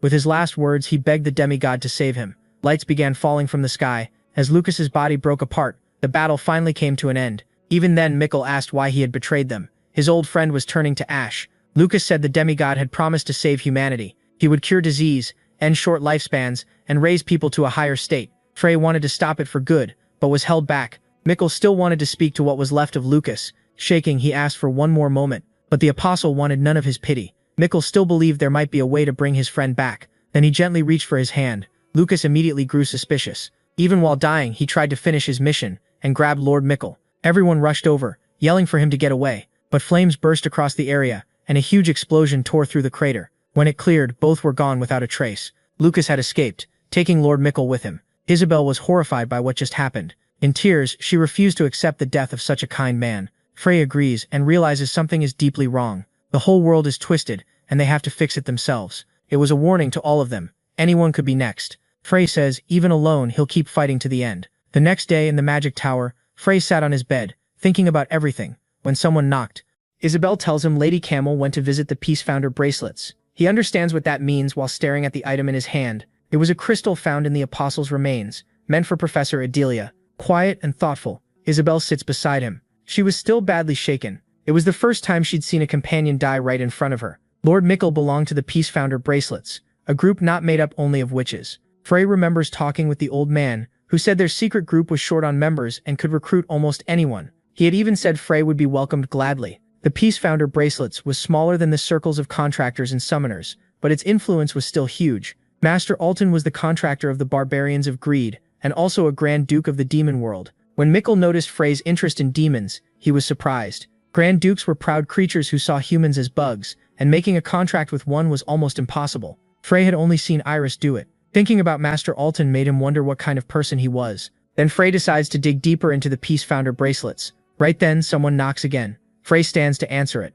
Professor Adelia had come to see him, and he says he was just about to find her. She's surprised to see someone else in his room, but Isabel wasn't just a guest. Adelia tells him Elder Julian is looking for him. Hearing it was the master of the magic tower, Frey's interest rises at once. In his office, the man says he's heard a lot about Frey. He introduces himself as Julian Montalivo, master of the third magic tower. Frey doesn't know him, but politely says it's an honor to meet him. Julian stands and says he read Frey's report from the mission 4 days earlier, and that it described the apostle's powers very well. Still, he adds that the death of Master of Earth Mikkel was a terrible loss, since he had been loyal and devoted. Those words make Isabel even sadder. Even with the report, the apostle's identity was still unknown. Julian says they were too hasty. They should have waited for Vice Master Lucas before leaving. Frey listens quietly. At last, Julian asks how Mikkel spent his final moments. Frey thinks for a second and says Mikkel stayed faithful and loyal until the very end. A man with real principles. Looking out at the seagulls, Julian calls to his lost friend. Then he asks Frey to succeed Mikkel as the new Master of Earth. The professor is stunned. No one that young had ever become Master of Earth. The youngest before this was Michelle of the Blake family, who got the title at 26. The Blake family was full of geniuses, but Frey still hadn't answered. If he accepted the role, many things would become easier. He'd get private property, a lab, and strong support for his studies. Depending on his project, he could also get rare materials much more easily. The professor is thrilled, until Frey turns it down. He doesn't want to be Master of Earth. Julian asks if he wants to join the circle instead, but Frey says no to that too. Julian is curious, though he says he respects the choice. As they walk down the stairs, the professor keeps trying to change Frey's mind about becoming Master of Earth. Annoyed, she says he's too young to understand everything. While she talks, Frey remembers something. He says he wants to show her something in his lab full of rare items. She grows curious when she sees it. It was something left by an apostle. She had no idea Frey had defeated one. After hearing about Master Mikkel's death, she assumed Frey had run away right after. She explains that the small stone holds a demigod's sacred power, but right now it's only pretty and useless. If refined properly, not even a dragon's heart could match it. Frey asks if he can leave it with her, but she doesn't see what she's supposed to do with it. A little uneasy, he asks if she can help him with it. She smiles, then her face turns serious. Calling it madness, she says she'll keep the object in her care. Later, Frey stands beside the dark elf. Several people were gathered in the hall. He happily greets Camel, but she slips past and whispers about a scary man from the Peace Founder bracelets. Arnan Dujan's warning Frey to be careful, because his temper is just as ugly as his face. The man snaps at her for speaking another language. Angry, he demands to know why they're whispering like rats. Then he points at Frey and realizes he's the young man who joined Mikkel during the Apostle's subjugation. Curious, he tells Frey to explain what happened. Frey replies that everything is already in the report. The old man is outraged that a kid would answer him like that. Liamson starts getting annoyed with the elder. Frey says he isn't part of the Peace Founder bracelets, so he has no duty to answer. That only makes the elder angrier, and he finally loses his temper. He can't believe Frey dares speak to him like this. The foul old man is told to calm down. No one wants to repeat themselves, so he forces himself to settle down. Then another man steps forward, lowers his hood, and Frey recognizes him after a long time. Without emotion, Frey says it's been a while too. It was his brother Heinz Blake. The two face each other in silence. Heinz brings up the rumors about Frey's closeness with Perun. He says Frey seems very different now, and those changes prove the Blake blood is in him after all. Frey doesn't really get what he means. Heinz Blake was the second son of the Blake family, the middle brother who had helped Shepard confirm Frey's identity. Frey still couldn't tell what Heinz really wanted. Heinz apologizes for the old man's outburst earlier. Then he says someone from the family will likely come and warns Frey to reject them. The Blakes were in danger wherever they went. Frey remembers that Isaka Blake was the one who first contacted the demigod. Getting to the point, he asks what Heinz wants. Heinz glances aside. Frey can't understand why he's suddenly acting like an older brother when he never treated him like a real person before. Heinz couldn't feel Frey's contempt, but Frey still had those memories, and this man was one reason Frey had once lost hope. It felt disgusting to see him act like a brother, only now, after Frey became important. Heinz answers in just a few words. He says he doesn't regret what he did before, and wishes Frey had never learned magic. That only leaves Frey more confused. As he walks away, Heinz only warns him not to trust the circle too much. Frey tells him to wait, but an old bearded man appears instead. It was Alexandro, the Blake family's butler. Even after Heinz's warning, Frey didn't expect someone from the family so soon. He remembers Heinz saying Shepard had talked about their father. The conversation starts awkwardly, while the butler studies him in silence. Aside from growing up, Frey seemed unchanged, and the butler wonders if the rumors about his ties to Perun and June are false. Turning away, the man says the master has summoned him and he must return to the estate. But Frey refuses to go. He says he has important work and can't see his father now. The butler is shocked that he would ignore the master's order. Frey firmly repeats that his duties can't wait, so the butler concludes he really has changed. He leaves, saying they'll be waiting at the estate. After that, Frey keeps up his usual act, then drops it once the butler is out of sight. He reaches for one of the vials, and a voice comments that it was hard to make. The professor explains that electricity is the hardest element to process, and it cost her hundreds of gold. Of course, she'd be paid back for the work. She proudly says she never took a single coin from a student. In return, she offers him an assistant job, but he still says no. He knew it was an elixir, but not what it was for. It was actually condensed electrical energy. If opened carelessly, it could be dangerous. Still, the professor has a feeling Frey will find a use for it later.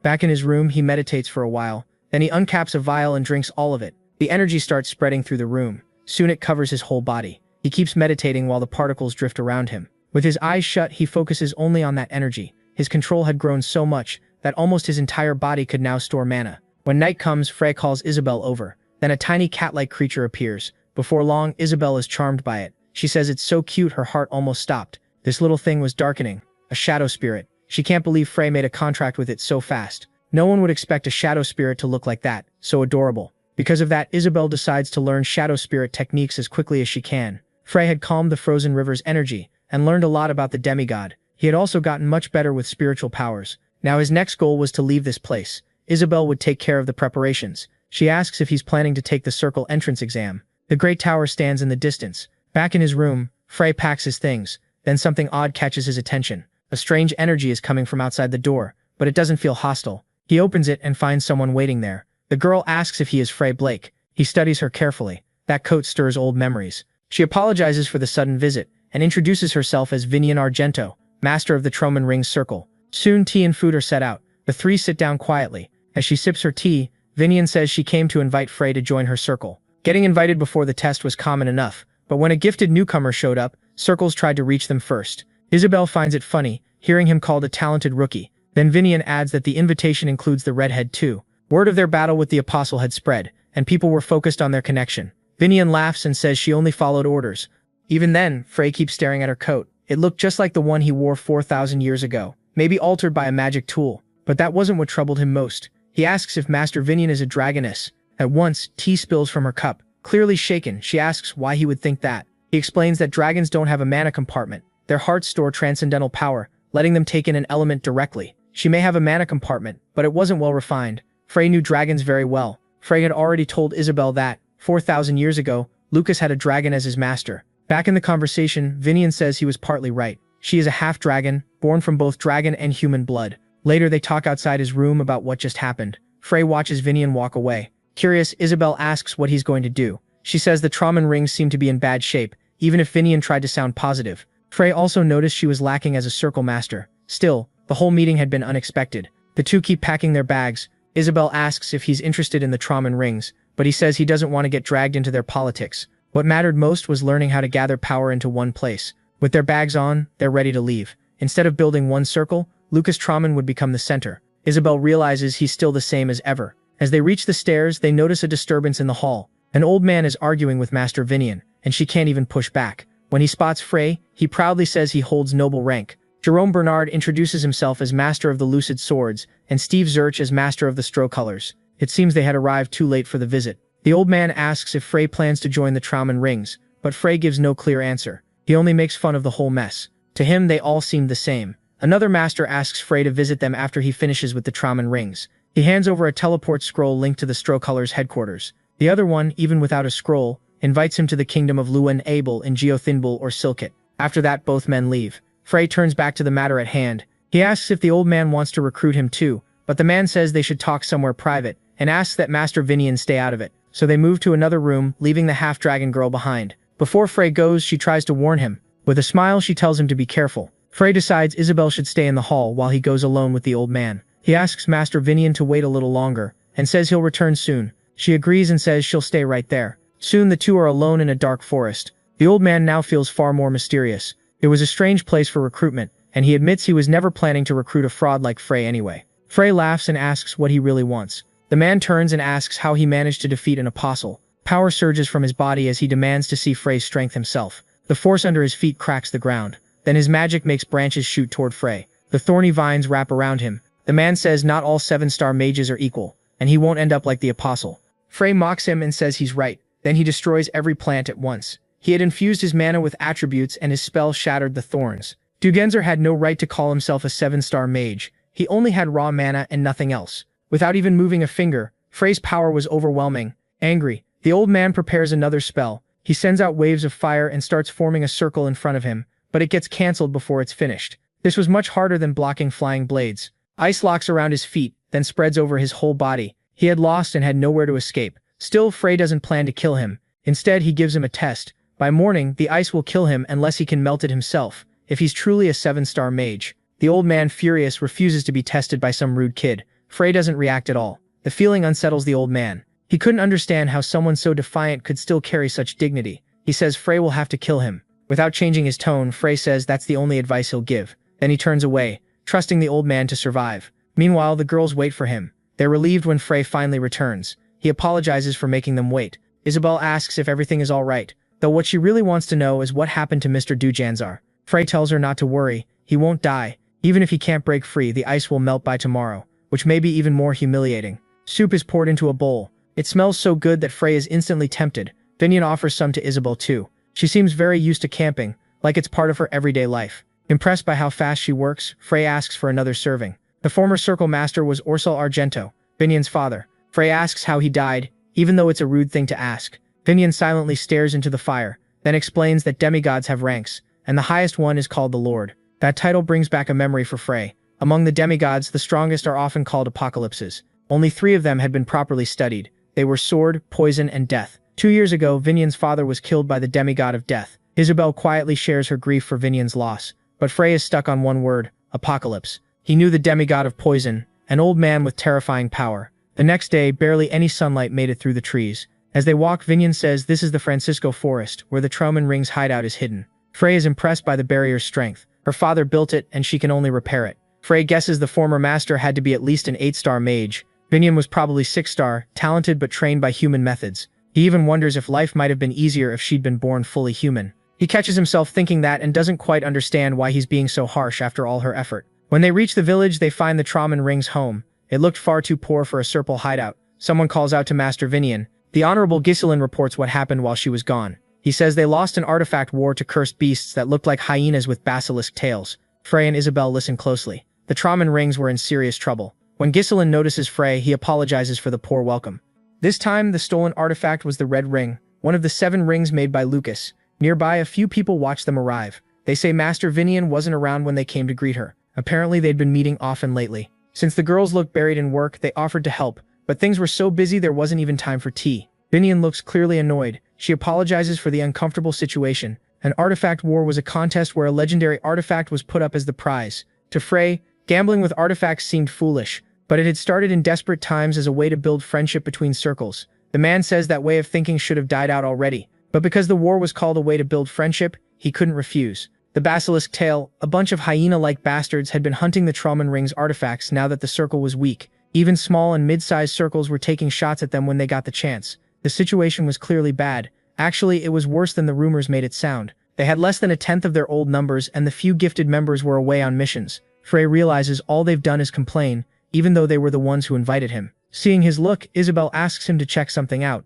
There was a huge statue nearby. The figure held a book and a staff. The plaque said it was Lucas Trauman. Frey walks over and gently touches it. Then someone asks if he's a fan of Sir Lucas. He turns and sees a boy coming over. Frey says he wouldn't call himself a fan. The boy introduces himself as PN, the 4th Honorable of the Trauman Rings. The two greet him. As soon as they meet, Frey wants to ask something, and he doesn't wait long. He asks why they stay in a circle that's almost fallen apart. PN is confused at first, but Frey means not just this circle, most of the members too. With their skills, many of them could easily join other circles. The boy is taken aback. Isabel quickly tells Frey to watch his words, but PN laughs and says he gets the point. Spreading out to other circles would definitely be the easiest choice, but if they did that, the Trauman Rings would truly end. Every circle honors its own hero, and they didn't want to lose the meaning they started with. He explains that Lucas Trauman is the only person in history ever called a Grand Mage. Hearing that, Frey feels a quiet sense of pride. PN says Lucas opened a whole new road for magic. 4,000 years ago, mages and magic warriors hated each other enough to kill each other,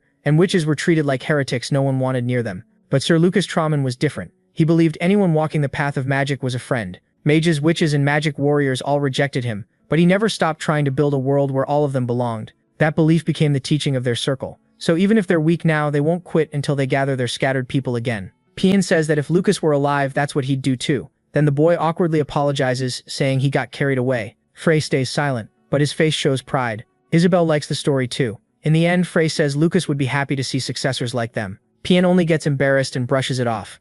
The pair greet 2 more people, then they leave for a place the circle members don't know. The only thing Vinian knows is that Frey asked where Basilisk's tail was and about the rules each circle followed. To the others it looked like he cared more about the artifacts than the failing Truman rings. But the girl doesn't buy that. Something else is bothering her. He had also asked if an outsider could request a challenge in an artifact war. Elsewhere, some men mock the Truman rings, saying they'll keep the war going until they've taken everything. Then a group of wanderers asks for Rounder Antoine. They've come to issue an artifact war challenge. Stepping forward, Frey asks if refusing a challenge would break the rules. Everyone is stunned. They got through the barrier. Frey mocks it, saying he barely noticed it was there. It was so weak he thought it was just a cloud of bugs. Rounder Antoine starts getting annoyed. The boy looked young, but he was clearly no ordinary mage, probably at least 6th stage. A man soon asks what artifact they want to wager. Frey tosses over the communal dagger. It was an item with huge value, a mithril weapon from the Age of Light, carrying the sword god's vengeance. Another man realizes this guest is the real deal. Interested, he tells Frey to come with him. Before it starts, he asks if Frey knows the rules of artifact war. A challenge can't be refused. Both sides must bet one artifact, and there can only be 3 challenges in a day, and if someone dies, there are no penalties. For the first match, they put up a red ring. The first fighter is Alan Fiex. The two face each other and wait for the signal. Alan starts warming up, showing off his strikes. He was a magic warrior and his opponent was Frey, a mage. Alan figures a chanting mage has no chance, so he declares Frey's life over. Sure, one punch will do it. Then the match begins. Before he can land a hit, Alan drops to his knees. Everyone freezes in shock. It makes no sense. Frey had beaten Alan with a 2nd level spell. One man starts wondering if Frey has magical vision, so he doesn't need to memorize spells. But magical vision burns through mana fast. After taking the ring, Frey turns to leave. The man is still stunned by what he saw. He assumes Frey is leaving because his mana is nearly gone, and that is exactly what Frey wanted them to think. Soon after, he offers the Kelvin Stone and winged boots as the next wager. Unable to refuse, they put up the red ring and the Kung Vunal dagger.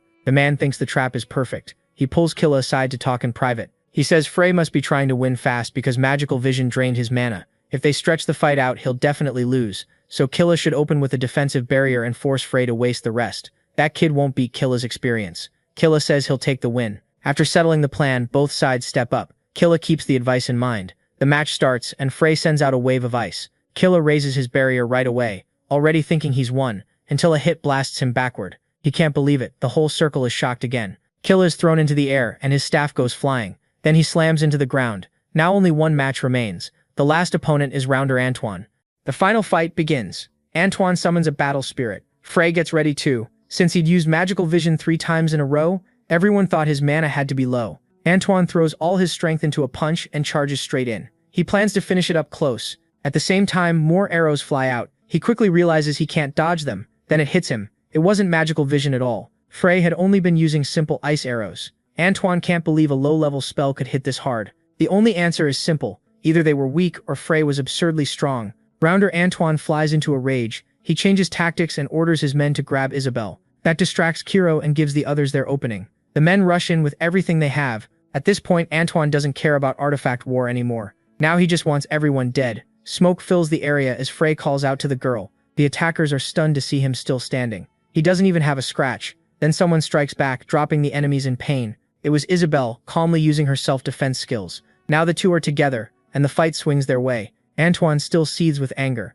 Frey calls him out for hiding behind his men and trying to save himself whenever he faces someone stronger. Each word makes Antoine even angrier. But before he can act, his neck is cut. A wind blade drops him to the ground. Frey laughs and tells him to be careful. He almost died. Antoine collapses, completely worn out. Then another person appears, Master Ferric, demanding to know what happened. She had pink eyes and a cruel look. This was the master of Basilisk's tail. She scolds Frey for being disrespectful, but then she feels something off, a pressure like needles stabbing into her heart. She introduces herself as Ferric Ovat and asks why he's here. Frey says that's what he wants to know too. What was the purpose of her circle? The men watch in silence, judging the boy. Rounder Antoine cries out to his master. Kneeling, she says their goal was to free humanity from the demigod's grip. One man can't understand why she suddenly seems like a servant before some rookie. Frey keeps pressing and asks what demigods really are. She says they're transcendent beings beyond human understanding, powerful enough to wipe out a city with a gesture. Then Frey realizes she knows exactly what they are, and even so she still chose to build power and influence this way. Angered, he starts freezing everything around them. Ferric warns her people not to move or their bodies will be torn apart. Still on her knees, she starts to beg. She asks him not to destroy her circle, but Frey says he wants the master's life. The woman is stunned. Still, she accepts. As long as the circle is allowed to survive. Power gathers in one of her hands. Her subordinates scream for her to stop, but she's already made her choice. Frey steps closer with one hand raised. She bows her head and accepts death. He looks at her for a moment, his expression softening. Then he changes his mind, realizing she could still be useful. He melts all the ice. With the ice gone, no one dies. He orders the master to return every artifact taken from the Traman rings. She obeys at once. Then, smiling, he says he has one more order. Ferric waits nervously for what's next. Frey wants the location of every small and mid-sized circle in the area. Master. Vinyan waits at the circle gate. She has been out there so long she might catch a cold. She wonders if Frey found the basilisk tails safely. Her subordinate tells her not to lose hope. They may still build good ties later. While they talk, Frey walks up quietly. His sudden arrival startles them both. He casually says he was just out for a long walk. Later, everyone gathers around a table. All eyes are on Frey. He says he has something important to tell them. When he starts speaking, his voice is calm and slow. He says he plans to remove the demigods from this world. To do that, he needs power and influence. He points out that the circles are in bad shape, each one only caring about itself. And right now, none of them can change that alone. So his plan is to make the Traman rings the center. Not just for small and medium circles, but even the three great ones. Vinyan tries to object, but Frey cuts past it. He only wants to know if they have the will to do it or not. He sets down his backpack and warns them. The road ahead will hurt so much they'll miss their easy average lives. Still, if they endure and stay firm, he promises to take them to the top. Everyone is stunned when he reveals the stolen artifacts. Now they understand why he left. In one day, Frey forced 6 small and medium circles to submit and agree to unite under the Traman rings. He really did all that in a single day, but he adds that he will not hand those items over to them. He says this was simply his thanks for their warm welcome, then gives Master Vinyan more time to think. As he turns away, he says she has one day to decide, but she stops him. Rising from her seat, she asks one thing. Is it truly possible to make the Traman rings that central power? Frey swears on his life that he will make it happen. As everyone listens, an announcement is made. It is still early and they are all tired and sleepy. Some think the group might be disbanded. Then Master Vinyan begins her speech and announces a new rounder for the circle. The members are confused. Most of them do not even know Frey's name. They only know he showed up a few days ago. He introduces himself as Frey Blake, and notices many are uneasy, seeing someone so young become a rounder again. He knows this decision will bring plenty of pushback. Then he adds one more thing. None of them are qualified. Vinyan gives a faint smile, while the others are shocked by how bold he is. Frey goes on. Everyone here is so weak that even someone his age can become a rounder. The members cannot make sense of it. Then he jumps down and lands right in the middle of them. He says he will accept complaints but not words. Anyone who can damage his collar gets his rounder seat and his earrings. A frightened boy cannot figure out what Frey is doing. The man beside him has a guess. He thinks Frey is testing the members himself. Vinyan adds that he is drawing all their frustration toward him. Then Frey starts the challenge and calls for the first opponent. Feo Gunther, a mage, steps forward. The boy gets ready to attack, and asks if Frey is not even going to take a proper stance. Frey taunts him if his opponent is good enough, he'll take his hands out of his pockets.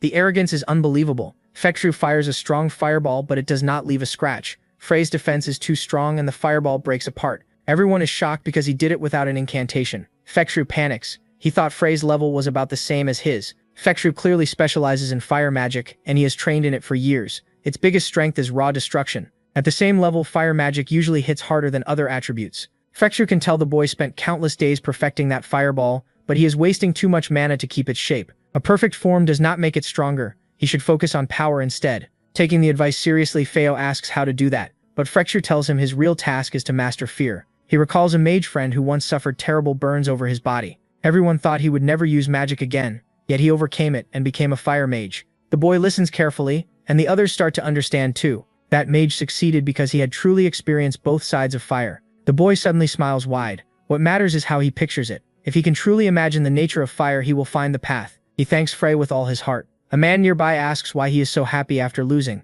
but the boy says his friend would understand if he ever faced Frey. To him, it feels like a whole new world has opened, and he fully trusts the hero now. Next, a man in battle gear steps up. He raises his shield and sword, but before he can act, a strike bursts up from the ground and hits him. Later, he returns with the same conclusion. The boy was right, and Rounder Frey knows the right road. In just one day, Frey wins over the circle members. Now everyone is lively and excited. Holding up 3 fingers, he says he will need 3 months to make the Traman rings stronger, including Master Vinyan, Ghislain, and Pian. After those 3 months, they will hold a friendly competition with nearby small and medium circles. It will not be a war over artifacts, but a way to build better relations. Even so, they need to win as many matches as possible. To revive the circle, they first need enough victories that no other circle can complain. Pian says that sounds almost impossible, but Frey already warned them, they are heading into hell. Elsewhere, Frey begins training Master Vinyan. She starts releasing her magic. Just as he suspected, she forced herself to make a mana compartment. She had believed magic was impossible without one. But dragons do not store mana that way. They draw it straight from nature. so she has to break that compartment, which means releasing all the mana inside it. Frey places a hand on her back and starts drawing the energy out. She drops to her knees and leans forward, crying out as her mana drains away. After she settles down, they continue. He touches her back again and tells her to focus on releasing the mana she still has left. She gathers herself and tries. Even so, she is clearly anxious. As he presses harder, the mana starts pouring out. Everything inside her is being released. Her compartment is breaking apart. Frey warns her the next step will hurt a little. Slowly, the compartment begins to crack. He is not sure she can endure it. Vinyan struggles while he keeps going. Her hands grip her pants tightly. Frey stays focused. He knows he may be worrying too much. When it is finally over, she collapses from exhaustion. Then she gets annoyed when she hears this was only the first step. The whole process will take a month. Still, he already warned her this training would be hell. Her eyes fill with tears, and worry takes over. Soon, a loud scream echoes through the area. Pian is next in Frey's training. He is helpless against Frey's speed and agility. Frey grabs his hand to stop the pointless attacks, but Pian keeps resisting and refuses to quit. Now he tries using his legs, but his kicks still cannot reach Frey's face. He keeps trying anyway. Frey blocks every attack with ease. It is like punching a rock. After a while, the spar ends. The boy bends over, gasping for air. His skills are below even a second-class martial artist. Still, he seems pretty proud, which means he has room to grow. His style is the White King's Fist, a simple art without tricky or strange moves. That is why he struggles in long fights. People can read his patterns too easily. Frey tells him the problem is simple. He is weak and the style only stands out because it is an old classic. Frustrated, Pian asks how he can grow stronger. Frey says there is no shortcut for magical warriors. They have to improve step by step. Pian lowers his head, thinking it will take a long time to become more skilled, but Frey says he can help him take those steps faster. Tears run down Pian's face. He ends up flat on the ground when water is splashed on him. He looks so drained it is like he has not slept at all. He begs Frey to just kill him, but more than half the training is still left. Later, two comrades stand in the forest. The Honorable Gizelan waits for orders from the new rounder. Frey hands him a dagger and tells him to use it. Kamunal's dagger is an artifact from the Era of Light. Made of mithril and packed with special powers, it is one of a kind. Gizelan laughs and says he is a mage. Even so, Frey knows he has used a blade for years and never stopped training. He figured that out from the calluses on the man's hands, the marks of longsword practice. His plan is to turn him into a magical swordsman. His magic level is only level 5, but with that dagger he can go beyond it. Gizelan takes the weapon with care and curiosity. He says he will spend as long as needed learning to use it, even if he lacks confidence. Frey tells him not to worry about that. He will teach him everything he knows and build up his confidence. By nightfall, Gizelan enters the room, barely able to stand. To him, it felt like pure hell. Paimon notices his friend came back, but he's too drained to even turn his head. A moment later, the other person drops to the floor too. Neither of them can move their arms or stand up. They can't even make it to the bathroom. Then Master Vinyan appears at the door, groaning about her stomach. She soon falls beside them. Now all three complain about the pain all over their bodies. Frey shows up, excitedly announcing that evening training starts after a 5-minute meal break, but none of them move at all. Then a voice calls for Master Vinyan, saying he's back from his mission. The boy at the door stares in confusion at the scene. It was the Honorable Uzak. Seeing them sprawled on the floor, he blurts out that Frey is a murderer. He pulls his sword and rushes to fight. He can't believe this happened while he was gone. He swings at Frey at once, but Frey blocks it and calmly asks his name. Uzak is still furious. Sure, Frey attacked his friends. Then Professor Adelia recognizes Frey and Isabel. Vinyan explains that Azak had been sent out on a mission for the Traman rings. That helps Frey remember who Azak is. From the floor, the woman tells him to put his sword down. She introduces Frey Blake as the new router, with Isabel Trisney as his assistant. The two are stunned that such young people hold those titles. Professor Adelia is especially angry. She refuses to believe Frey is really the router. Azak quickly apologizes, saying he didn't know who Frey was. Adelia still can't accept that he got such an important post. After thinking for a moment, Frey asks if she used to be part of the Traman rings. Then he calls her Adelia and says she should speak to him more formally, now that he outranks her. She gets furious and tries to hit him, but Frey was only joking. Azak moves on to his report, saying he found clues about the heir to the King of Magical Warriors. In the end, he says he managed to track him down. Everyone leans in, wanting to hear more. Azak gets ready to explain the mission. He says the king's personality was every bit as hard to deal with as expected. Then he lifts his shirt and shows a scar. Shocking everyone, he explains that those people didn't care much about the circles and believed martial arts mattered more than anything else. He buttons his shirt back up. Frey turns to Isabel and calls her over. He asks how long it would take to reach the Great Rhinal's jungle. She says that using the southern route and the teleport stone at Fillet, it would take under 4 days. That gives Frey a new idea. Fillet was where the Blake estate, his family's main home, was located. Frey calls for Master Venian and puts a hand on the table. He says he's going to meet the heir of the magical warriors. Still, everyone knows the trip will be dangerous. Curious, the half-dragon asks when he'll leave, but Frey is already heading out with Isabel beside him. Azak notices how much trust Master Venian puts in Frey. Later that night, under a huge moon, its light spills through the window. Frey stays silent. then finally calls out to his friend. But Isabel already knows what he's going to say. He wants to make the trip alone. Now that the circle's base is set up, someone has to stay and make sure nothing goes wrong. She stands and walks over to him, saying she'll handle his duties, so he can focus on the mission. Even so, she's close to tears. As she heads out, she asks him to send word now and then, and if anything happens, she'll come help right away. Frey laughs softly, realizing how much she's grown. After that small laugh, his eyes turn gentle. He thanks her for everything as she leaves in tears. With his pack over his shoulder, he says goodbye to the others, then he shuts the door and starts his journey. But at the exit, something strange stops him. All the honored ones are lined up in a corridor. They crowd around him, begging him to stay a little longer and not leave them behind. Frey thinks they're being way too dramatic. He pats Isabel on the head and jokes that her bad temper will keep the men in line. That makes her give a small smile. Besides, he'll only be gone for a month. Everyone starts crying, remembering their friendly matches with nearby circles. Before leaving, Frey warns them not to lose a single fight. His subordinates answer that they've got it covered. He raises his fist and leaves, saying he can't wait to see them again. Elsewhere, remains lie inside a crater. Then a green eye opens. The phoenix's feathers had changed into a magical being, with human-like hands and long orange hair like living fire. The woman stands, struggling to keep her balance. Her goal is to rule over everything, to become mistress of the mountain range and keep it from being defiled by a Torkunda. Clinging to those words, she releases all the power she had stored up. With one jump, she shoots into the sky and races over the land. In Grodd, life in the streets goes on as usual. Frey studies himself in a mirror. Energy rises from his hands, and he uses magic on his face. After a while, his appearance changes. Now he calls himself Kane Rickstone, a rank C mercenary. His cover is a 26-year-old from Tamigo in the south, working as a 3-star mage. He needed this disguise to move through Fillet unnoticed. There were already rumors linking Isaka Blake to a demigod, so for now, Frey planned to stay away from his family. Using that disguise in the streets, he gets stopped by a guard, who says his identity checks out. Frey thanks him with a smile and keeps going.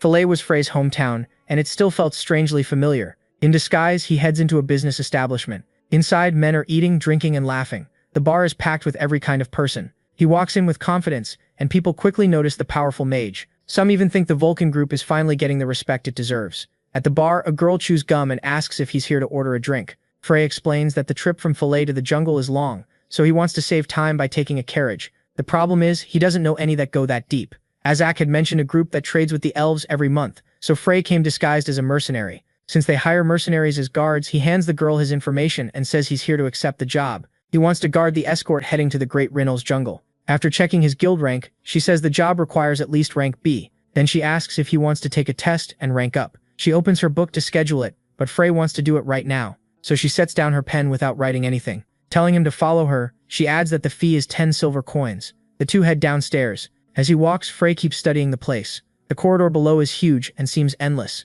A man is lounging in a chair, and when they enter, he asks why they're there. Smiling, the girl says the mercenary came for the test. Iron explains there are 2 ways to rank up: commission or demonstration. With the first, the evaluator gives you a mission and judges the result. The second is a public show of skill, and no one had passed it in the last 100 years. She warns that the judging is extremely strict. Without hesitating, Frey picks the demonstration test. She pops her gum and tells them to begin. The evaluator starts listening closely. His headache even eases when he realizes someone interesting showed up. The 3 stand at the test site. Frey asks if he'll be fighting both of them, but they tell him to attack the wall with magic instead.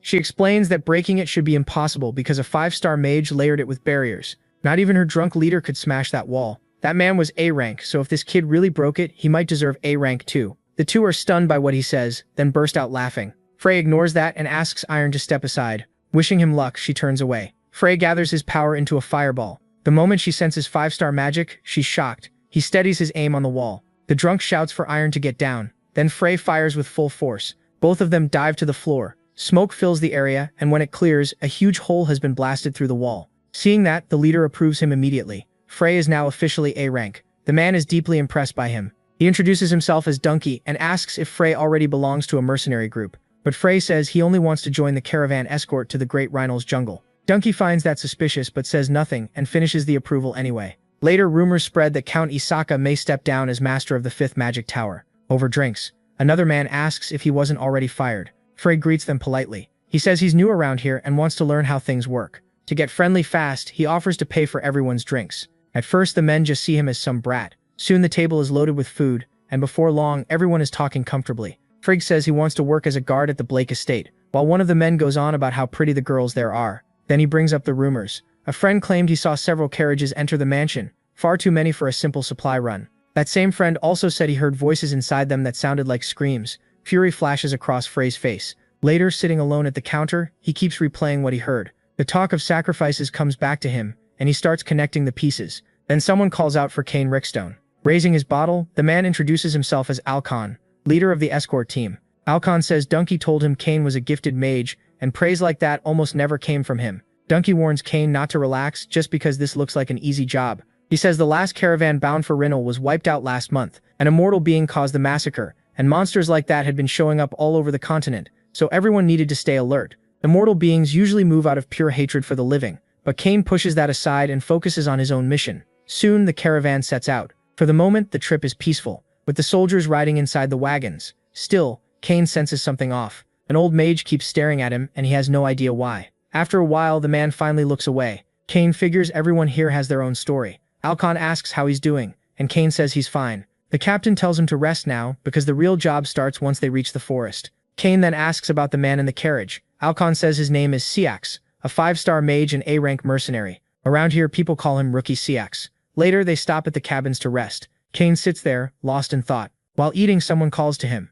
The old man walks over with his staff. Kane invites him to sit. The man introduces himself as Seals and says he already knows Kane's name. He apologizes for bothering him during dinner, but Kane tells him it's fine. Still eating, he asks what Seals wants. The mage says he sensed the energy of a rare spirit from Kane and asks if he's a spiritualist. Kane realizes he's talking about his dark mane, but instead of answering, he asks if Seals is spiritualist himself. Kane admits he made a contract with a spirit, but says he isn't a spiritualist. He still wants to know how Seals sense that power, since normal people shouldn't be able to. The mage nervously tries to change the subject, and Kane lets it go. He only asks why Seals joined the escort, and the man says he's worried about the immortal being. An immortal appearing near the Great Reynolds was incredibly rare. It hadn't happened for at least 1,000 years. He says that like someone who had actually lived that long. Kane casually tells him to eat his soup before it gets cold. People use illusion magic to change their looks when they want to hide something. In Syak's case, he seemed to be hiding his identity. With that fake face, Syax was clearly concealing something. Then someone rushes in to warn Cap Alcoven that there's trouble.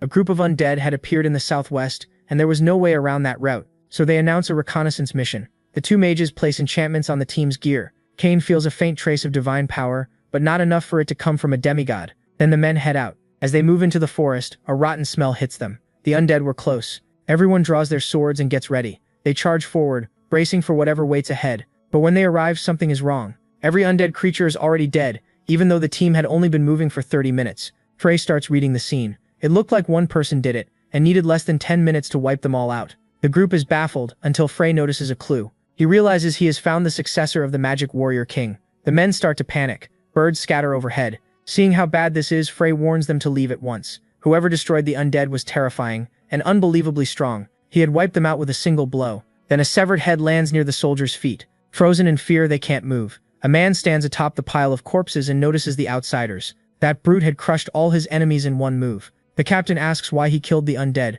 but the man cuts him off, move or die. The captain goes silent. That giant was the successor. Frey says it's too dangerous to just leave him alone. Caravans use this road often, so they couldn't leave monsters roaming there. But they also couldn't fight him, so Frigg decides to follow him. He would track the man himself and judge whether he was truly a threat. His disguise should be enough. He heads after the stranger and tells the captain to continue the mission. Soon the forest fills with noise. The slaughter of the undead keeps going. The big man refuses to stop. He tightens his fist, then fires off a bladed punch. Suddenly, something attacks from behind. One monster bites him, but its teeth break against his skin. He kills it with one strike. He doesn't look tired at all. Nearby, Frey watches while leaning against a tree. The big man finds it strange that someone is just watching him. Frey walks up and asks how long he's been learning the Magic Warrior King's techniques. The man gets angry, thinking he's just another fool from the circles, and Frey says he's from Trauman Rings. The man instantly throws another punch, straight at Frey. Smoke bursts out between them. Just hearing the name of that circle made him furious, but Frey is protected by a barrier. Even then, he shows no fear. The giant grabs him by the clothes and lifts him up, but Frey stays calm. The man roars that he'd never have anything to do with those circle bastards. It was odd for the successor of the Magic Warrior King to reject all demigod matters. His anger is obvious. To him, the circles were pigs who only cared about eating well. He wanted no link to people like that. Frey explains the circles had no real plan to subdue the demigods. With a smirk, he says the man is being unfair to actual little piggies. His goal was something else, a reform to gather the scattered powers together. He wanted to unite the broken circles. That makes the big man let go. Now interested, he decides to test Frey's strength. The warrior attacks at once, but Frey avoids the hit. His speed is incredible. The giant rushes forward, smashing through everything in his path, while Frey calmly keeps taunting him. He combines two spells, Ice Spear and Windstorm. The two rush each other, but the man breaks through it all with shocking ease. He keeps charging without a scratch. That stubbornness reminded Frey of Cassadine. Then Frey forms a sphere and uses Icy Breath. For the first time, the man looks shocked as his feet freeze to the ground. The attack hits him head-on. He brings his hands together to block, using a powerful rock shield. After the clash explodes, Frey drops lightly back to the ground. He asks if they can talk seriously now, but the man is completely frozen. Even so, he refuses to quit, and his eyes change color. With that, he shatters the ice around him and tears himself free from the ground. Then he leaps at Frey with a huge punch aimed at his face. But Frey is faster and appears behind him. Flat on the ground, the man is impressed by the bull hunting technique. Frey offers a hand, still trying to talk, but the man suddenly punches him. The hit lands on Frey's chin, and then he bolts into the forest. Shocked, Frey chases after him. They race through the forest at crazy speed. Before long, Frey catches up and runs beside him. Then he realizes the man isn't escaping, he's leading him somewhere. That made him even stranger. The technique he used was the Fool's Walk of the Magical Warrior King, and it was supposed to be taught only to the first successor. Frey had never learned it from anyone. As they run, he learns the man's name is Ivan. Ivan leads him to a place Frey doesn't know, so Frey keeps following to find out. They finally stop at an old wooden house. Frey jokes that he has no clue what kind of place this is. Ivan shouts to Ricky that he's back. A loud sound erupts from inside and Frey covers his ears. Ivan says that's the only way to wake Ricky. Even then, Frey still doesn't know who he's about to meet.